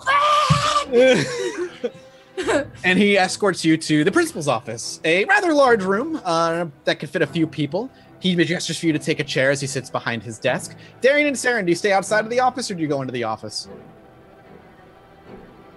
Can we see into the office? There's a window, but it's that typical principal window that's like you can't really see through. You know what I mean? It's like grayed and distorts the vision. You can see colors through, but no more than that. And it says Principal MacGuffin. Unless Kara intimates otherwise, I'd go through. Okay. Yeah, I don't see this going quite well with me going in. I'm just gonna lean in and kind of put my ear to the door just to hear what's going on. Okay. The principal sits in his chair and leans back. It creaks with the weight he puts on it, and he kind of puts forward a piece of paper. On the top, it says disciplinary action. You ever heard of a 4-point plan, Mrs. Harper? I have, yes. I must admit, this is a first to give it to somebody on their first day. But if you're to have a long, storied career here at Madison High, then we're going to have to try and get you under control now, I guess. Missing students, alleged of student abuse, which unfortunately afterwards, after this disciplinary action, I am going to have to suspend you until that matter has been investigated into. And if everything comes back all clear, you're welcome to continue teaching under the guidance plan that we set forth. Me? Do you even know what those students did? Are you even going to listen to my side? And I will, Ms. Harper, but if the accusations of physical abuse do bear any weight, it won't matter much. Fine. Do what you must. He pushes it forward. Just need your signature. And he places a pen. Wits plus composure for the people inside the room with the pen in front of them.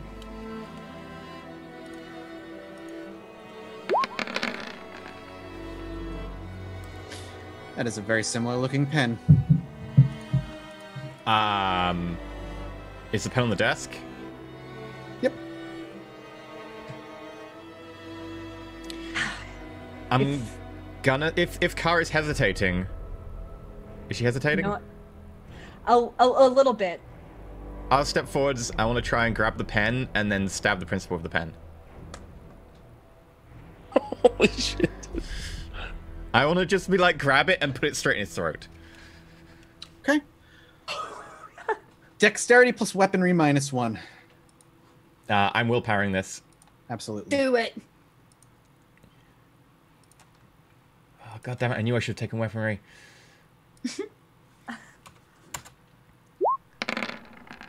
Oh, I've got an extra dice because of...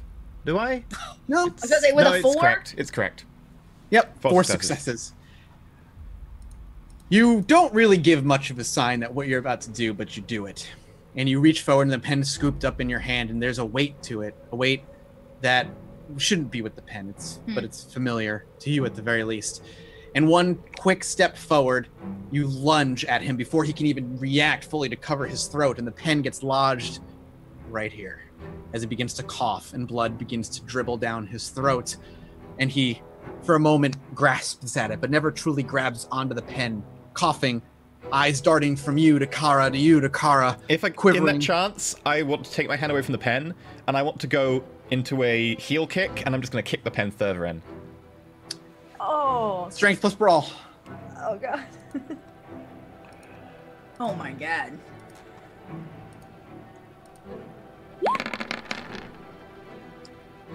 One.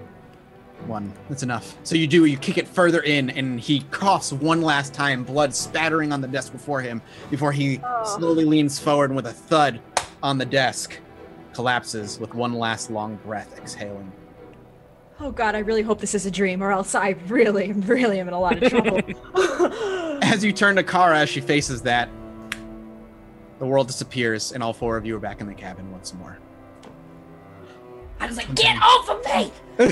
No. Imagine my ear is to the rotted door, like, everything went quiet. And I just tap Darian on the shoulder. Well, did you quit or something? He just straight up killed the principal with a pen. Good woman. I remember that He fucking just- pen. I ain't letting you touch that. But wait, we're still. Where's that bucket? Two things that are different in this cabin now. One, the bucket is full to the brim, and the water has stopped dripping. Two, the center of the room, planks have been ripped up from the ground, creating a circle of some sort. Not smooth, but a circle-ish form with a mound of dirt piled in the center, and but one tiny green leaf sticking up the top. I'm just gonna walk over and pick up the bucket, Mm-hmm. water the flower. Just dump all the water on the flower. All the water on it. The dry soil eagerly soaks it in, going from that dusty light brown to that dark, rich brown. This as the soil clumps in areas and absorbs all of it as fast as it possibly can. The moonlight peering through the cracks in the walls and the ceiling all seem to focus on this. It's as though the light ignores everything else but this mound of dirt in the center. And that one leaf seems to sprawl as a vine kind of climbs out and slithers around on the soil and eventually coming and touching the floorboards that surround it and stopping there. And then another slowly crawling and climbing, and another as the leaf pops up and another leaf pops up, and a plant begins to grow faster than you've ever seen anything grow in your entire lives. I go, step back, give it some space. If you wait and just let it grow, it continues to. And the leaves sprawl out and cover the dirt, and the vines begin to cover the walls and the floors, climbing up and into the roofs, blocking out the moonlight, what little moonlight was coming through the cracks. And then in the center, a small pod appears, and it grows, and it grows, and it grows, to a size that could maybe hold one of you. Like a bean pod? It's like a bulbish. Oh, it's more like a bulb. Okay, got it. The growing seems to stop for a little while. Do any of you do anything? Is the pod open? No. I still in a dream. I walk up to the pod. Okay. Do you touch it or do you leave it? I will touch it with my foot. All right. You reach forward and kind of give it a little nudge with your foot. And as you nudge it with your foot, while there was nothing there, it feels as though your toe was pricked. Right through the shoe. Oh. Okay. I check. I take off my shoe and inspect. Am I bleeding? Smallest drop of blood from the tip of your big toe. Why? Okay. I touch the pod with my palm. Doesn't prick you this time. That's strange. Somehow it just managed to completely bypass my loafers, pricking my my large toe. But now it does nothing to my palm. Hey, Sarah, you got a knife? Do me a favor and cut one of those vines. I go and try and cut a vine. If you do so, strength plus brawl check, or strength plus weaponry check.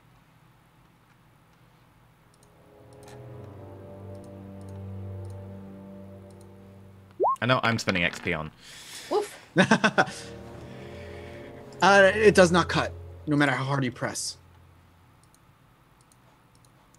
Don't seem to be cutting. I'm just gonna walk up and touch it, the bulb. Pricks your palm. Aye.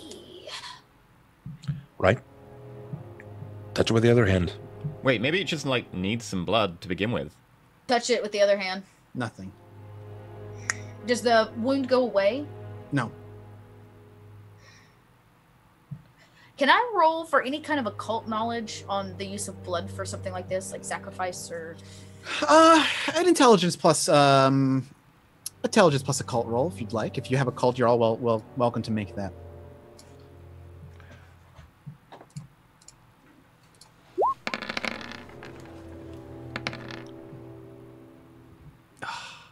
8. Anybody else want to make an intelligence plus occult? Yeah, I'd like to. Please do. Intelligence, occult, dingo dango. Nice, bub. Ida, and especially Darian, especially you, Darian, and it almost feels cliche in a lot of ways. Blood sacrifices of some sort are not necessarily unheard of, especially in at least the novels you're familiar with and the ones you write. Ida, I mean, your past haunts you a little bit, doesn't it?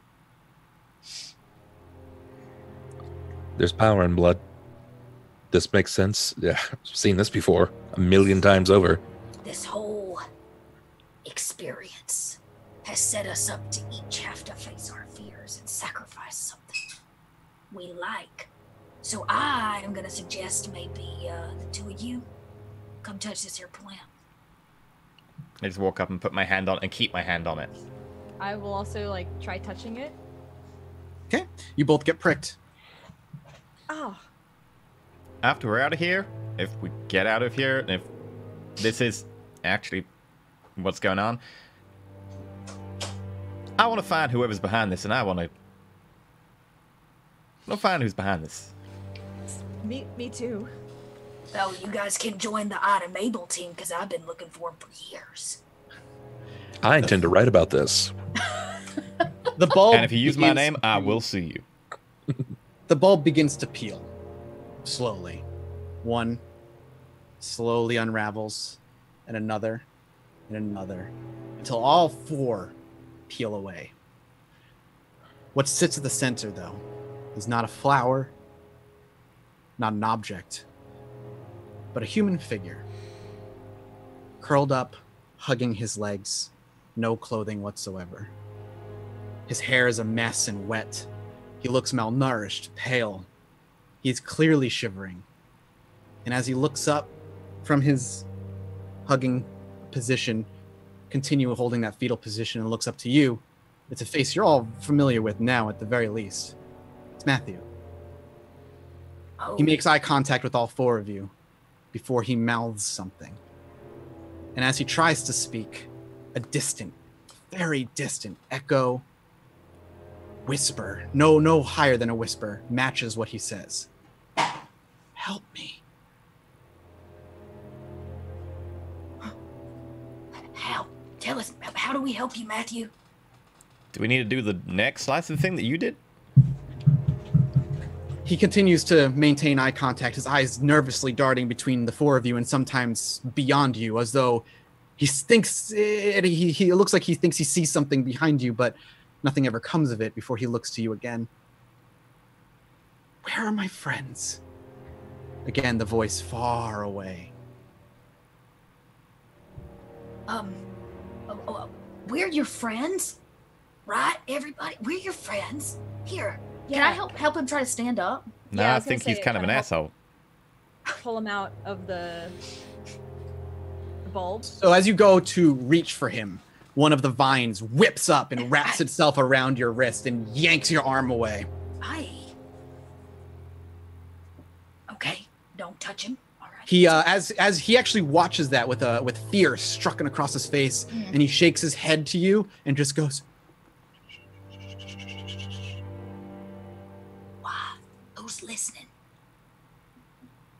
he gently looks to you, Ida, and he just, with the most pleading eyes he can, please help me. Yes, we're coming. I'm coming for you, Matthew. And as you say, I'm coming, the vines whip up from the ground and wrap around him. His limbs, his arms get outstretched before another one kind of starts twirling around his torso, up his neck, stopping here as he looks down with fear and sweat and tears mixing. And he's like, I'm so alone. And then the vines wrap up around his face and yank him into the dirt. Oh, Is there a hole left? No, So Just he's gone soft. now. soft dirt. Damn. Well, that was a weird blood sacrifice, and I don't even know what a blood sacrifice is. Can I dig a little bit? Or you said the Yeah, vines are you still can- there? Everything is gone. It all gets sucked into the center, and it's just a patch of dirt. And as Ida digs and digs and digs, you see nothing. He was missing a year ago. He's went- still missing. In a cabin. You all hear an audible click come from the door behind you. I immediately rush the door. Do you open it? No, I'm going straight through it. Oh, you try to like ram into it? Well, I need to. As soon as it goes click, I'm like, it could go unclick, so I want to just smash straight through as quickly as possible. Yeah. Strength plus brawl.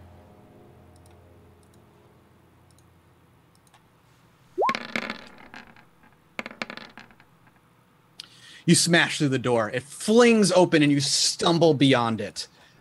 There's a bright white light on the other side, and Saren goes through it to not be seen again.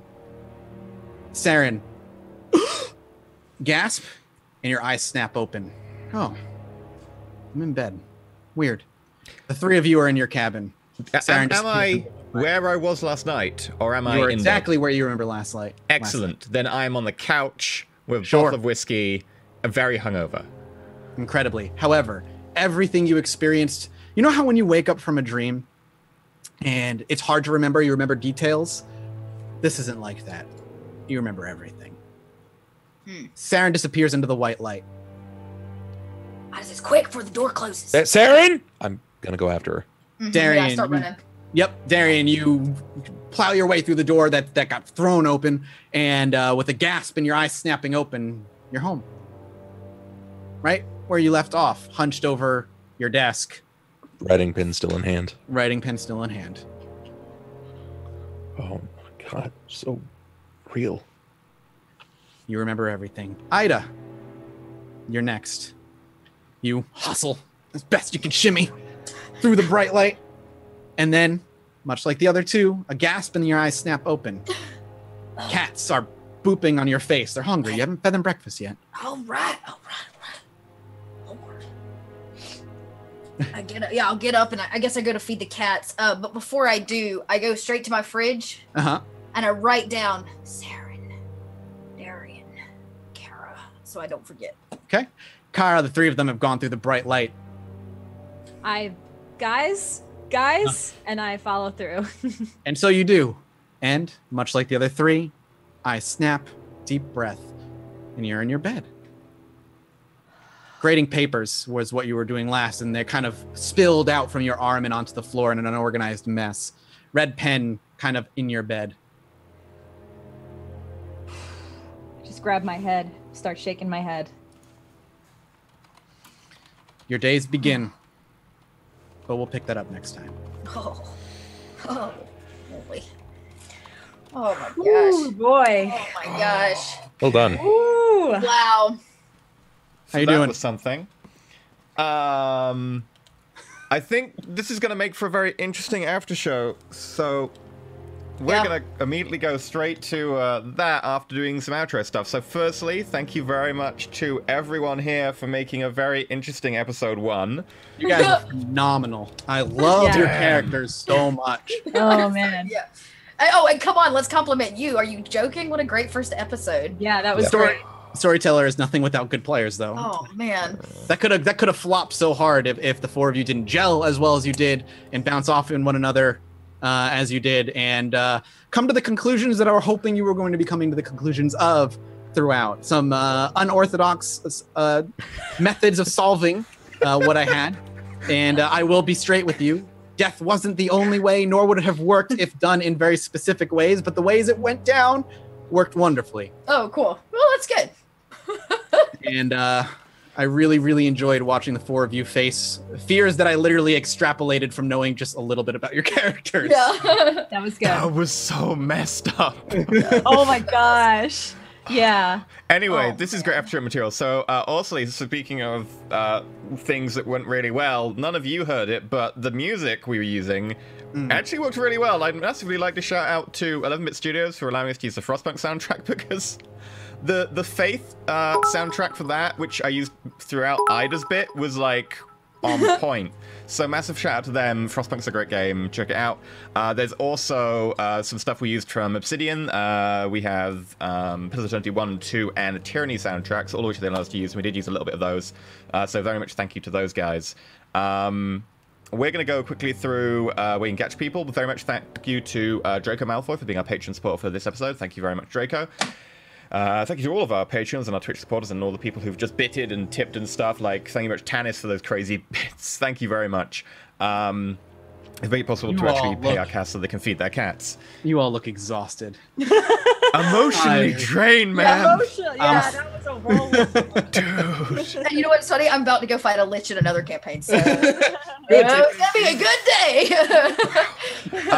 Yeah, so, and also thank you very much to our wiki crew. Our wiki crew do an amazing job of trying to catalog stuff, and I'm sure now that they have a very interesting and full new series to catalog, that there's going to be some very interesting wiki articles. So thank you very much to them. If you want to catch up on any of the episodes and you don't have time to watch them for the next episode, you can just go to the wiki and they have some pretty good summaries over there and character analysis. So thank you very much to the wiki crew for that. You can catch it, just type in like Roll4It wiki, or there's a link in chat. So going straight in, Mathis. Damn, who are you? What are you doing? Where can we find you? You can find me at Mathis Games pretty much everywhere. I have also another YouTube channel, youtube.com/judgemathisgames, where I do kind of comedy, retro PC game reviews and stuff like that. I also run a twice a month paranormal podcast with a layer of comedy on top. It's myself, Jesse Cox, and Alex Fasciane, and we talk about everything from aliens to ghosts to cryptids to true crime. And we just have a good time doing it. We love it. I also do other D&D. I'm running a Star Wars show over at twitch.tv/Lost Initiative show. We've got 2 Star Wars campaigns and a Dark Sun campaign happening there. Basically, I do too much all the time, and you can find me if you just... There we go. Thank you very much. Damn. Dot. Oh, yes. Wow. Yeah. Yeah. I'm Little Red Dot. I too am constantly all the time playing things. I have a regular Monday campaign over on Nerd Immersion's channel where we play through Prince of the Apocalypse. Every Wednesday you can check me out on the North by Northwest podcast. I DM for our side quests and I play in our main podcast. Every Thursday I DM over on Encounter Roleplay. Actually, literally as soon as we're done here at 5:30, I will be hopping over to Wizards of the Coast channel, joining in the next to last episode of Learn by Play for this week, or for this season, and yeah, just tons of stuff. I will be doing a bunch of stuff on my own channel, so you can follow me on Twitch at Little Red Dot, and you can keep up with my schedule on Twitter, also at Little Red Dot. Okay. Miss Magitech. Yeah, you see also Twitter and mostly Twitter at Miss Magitech, but you can also find me on Twitch, which is at Miss Magitech also, but without the underscore. And I should be streaming later today also, so if you guys want to hang out, and I'll probably be talking a little bit more about this campaign and how awesome it was. So, yeah. And of course, Bub. Hi guys, that was fun. that was a lot of fun. Yeah. I'm Bub, aka the Bubbernaut. You guys can find me over at twitch.tv/thebubbernaut. I'm also on Twitter and Facebook as the Bubbernaut. I do D&D stuff. I'm going to be involved in a lot of awesome things. This coming Monday is going to be my first time playing through Shadowrun. Tuesday nights I do Blades in the Dark. Wednesdays Pathfinder. Thursdays Pathfinder What as edition well. of Shadowrun? Fifth edition. I'm so sorry for you. Well, it's crunchy, but I'm trying to get my fingers into it. The problem is, as soon as you get your things in, you're like, wait a minute, they haven't thought through a lot of these rules, and also the books are so poorly laid out. I mained Shadowrun as a DM for a long time. Yeah. I'm so sorry for you. It's a handful, but I'm enjoying it so much so. But I've really enjoyed myself here. You guys can find me Monday through Friday after 6 p.m. EST is when I start, and I typically run till about midnight. And I do anything and everything under the sun. There you go. As for myself, you can catch me at youtube.com/Elysium, where I'm playing a number of games. At the moment, Hearts of Iron, Jurassic World Evolution, and Battletech, and a few others. You also catch me at twitch.tv/Elysium, where I stream Thursdays and Saturdays, and I might also stream possibly after this, depending on if I can find food this time of night. And I'm doing a few things, including stuff like Roll4It, which is a hilariously fun strategy game that is basically Dwarf Fortress in space. It is not user-friendly. And of course, you know, Twitter and Instagram. Although Instagram, I'm EnterElysiumYT because someone nicked my username. As happens. I'm going to go through and see if we did get any tips today. I think we got one, so I'm going to just quickly check for that for the tip message. And then we're off. So, loading. In hindsight, I should have loaded this about a minute ago. Right. Yes, we did get 3 today. Jutnik with $1.56. Don't worry, E. A sigh is a free action. Also, when a sigh is not fulfilling enough, there's always the double facepalm, Picard and Riker style. That is a very good gif. I approve of that gif. Quawolf, $10. Love that you're playing World of Darkness. Maggie said, we should play World of Darkness. I really like World of Darkness, and Mouse is a really good GM. Then Maggie also said, oh, I also can't make it. So, I feel sorry for Maggie. Thank you very much, Quawolf. And the Unspeakable at $20. Mike, lots of love. From your tenure as Maharaja of Osira to the time you gave the Xenomorph all those tasty treats. Exclamation mark Thonk, hashtag fuck Mathis, exclamation mark 420, exclamation mark Emmy, exclamation mark Mutiny. Of course, mutiny. There we go. Don't worry, enough subscribers and we'll get Maths off the show, and then we won't have a DM and it'll be terrible, so... And you can just run rampant in your own worlds. Oh, no, we'll get trapped in like a dream world and we'll all die. So thank you very much to everyone. This was absolutely fantastic. We're going to go record an after show. If you want to go check those out, you can catch them if you're a $5 above tier on the Patreon, and you can watch all the hilarious after shows, which sometimes has stuff to do with the show. So we're going to head off now, and I'm going to go pee in a bucket. Enjoy, and we'll be back here tomorrow at the same time for Little Vampire Slayer with the last episode that Dylan will be in, as Lauren is coming back next week. So thank you very much. Catch the VODs on youtube.com/Roll4It, and I'll see you later. May the dice roll over in your favor.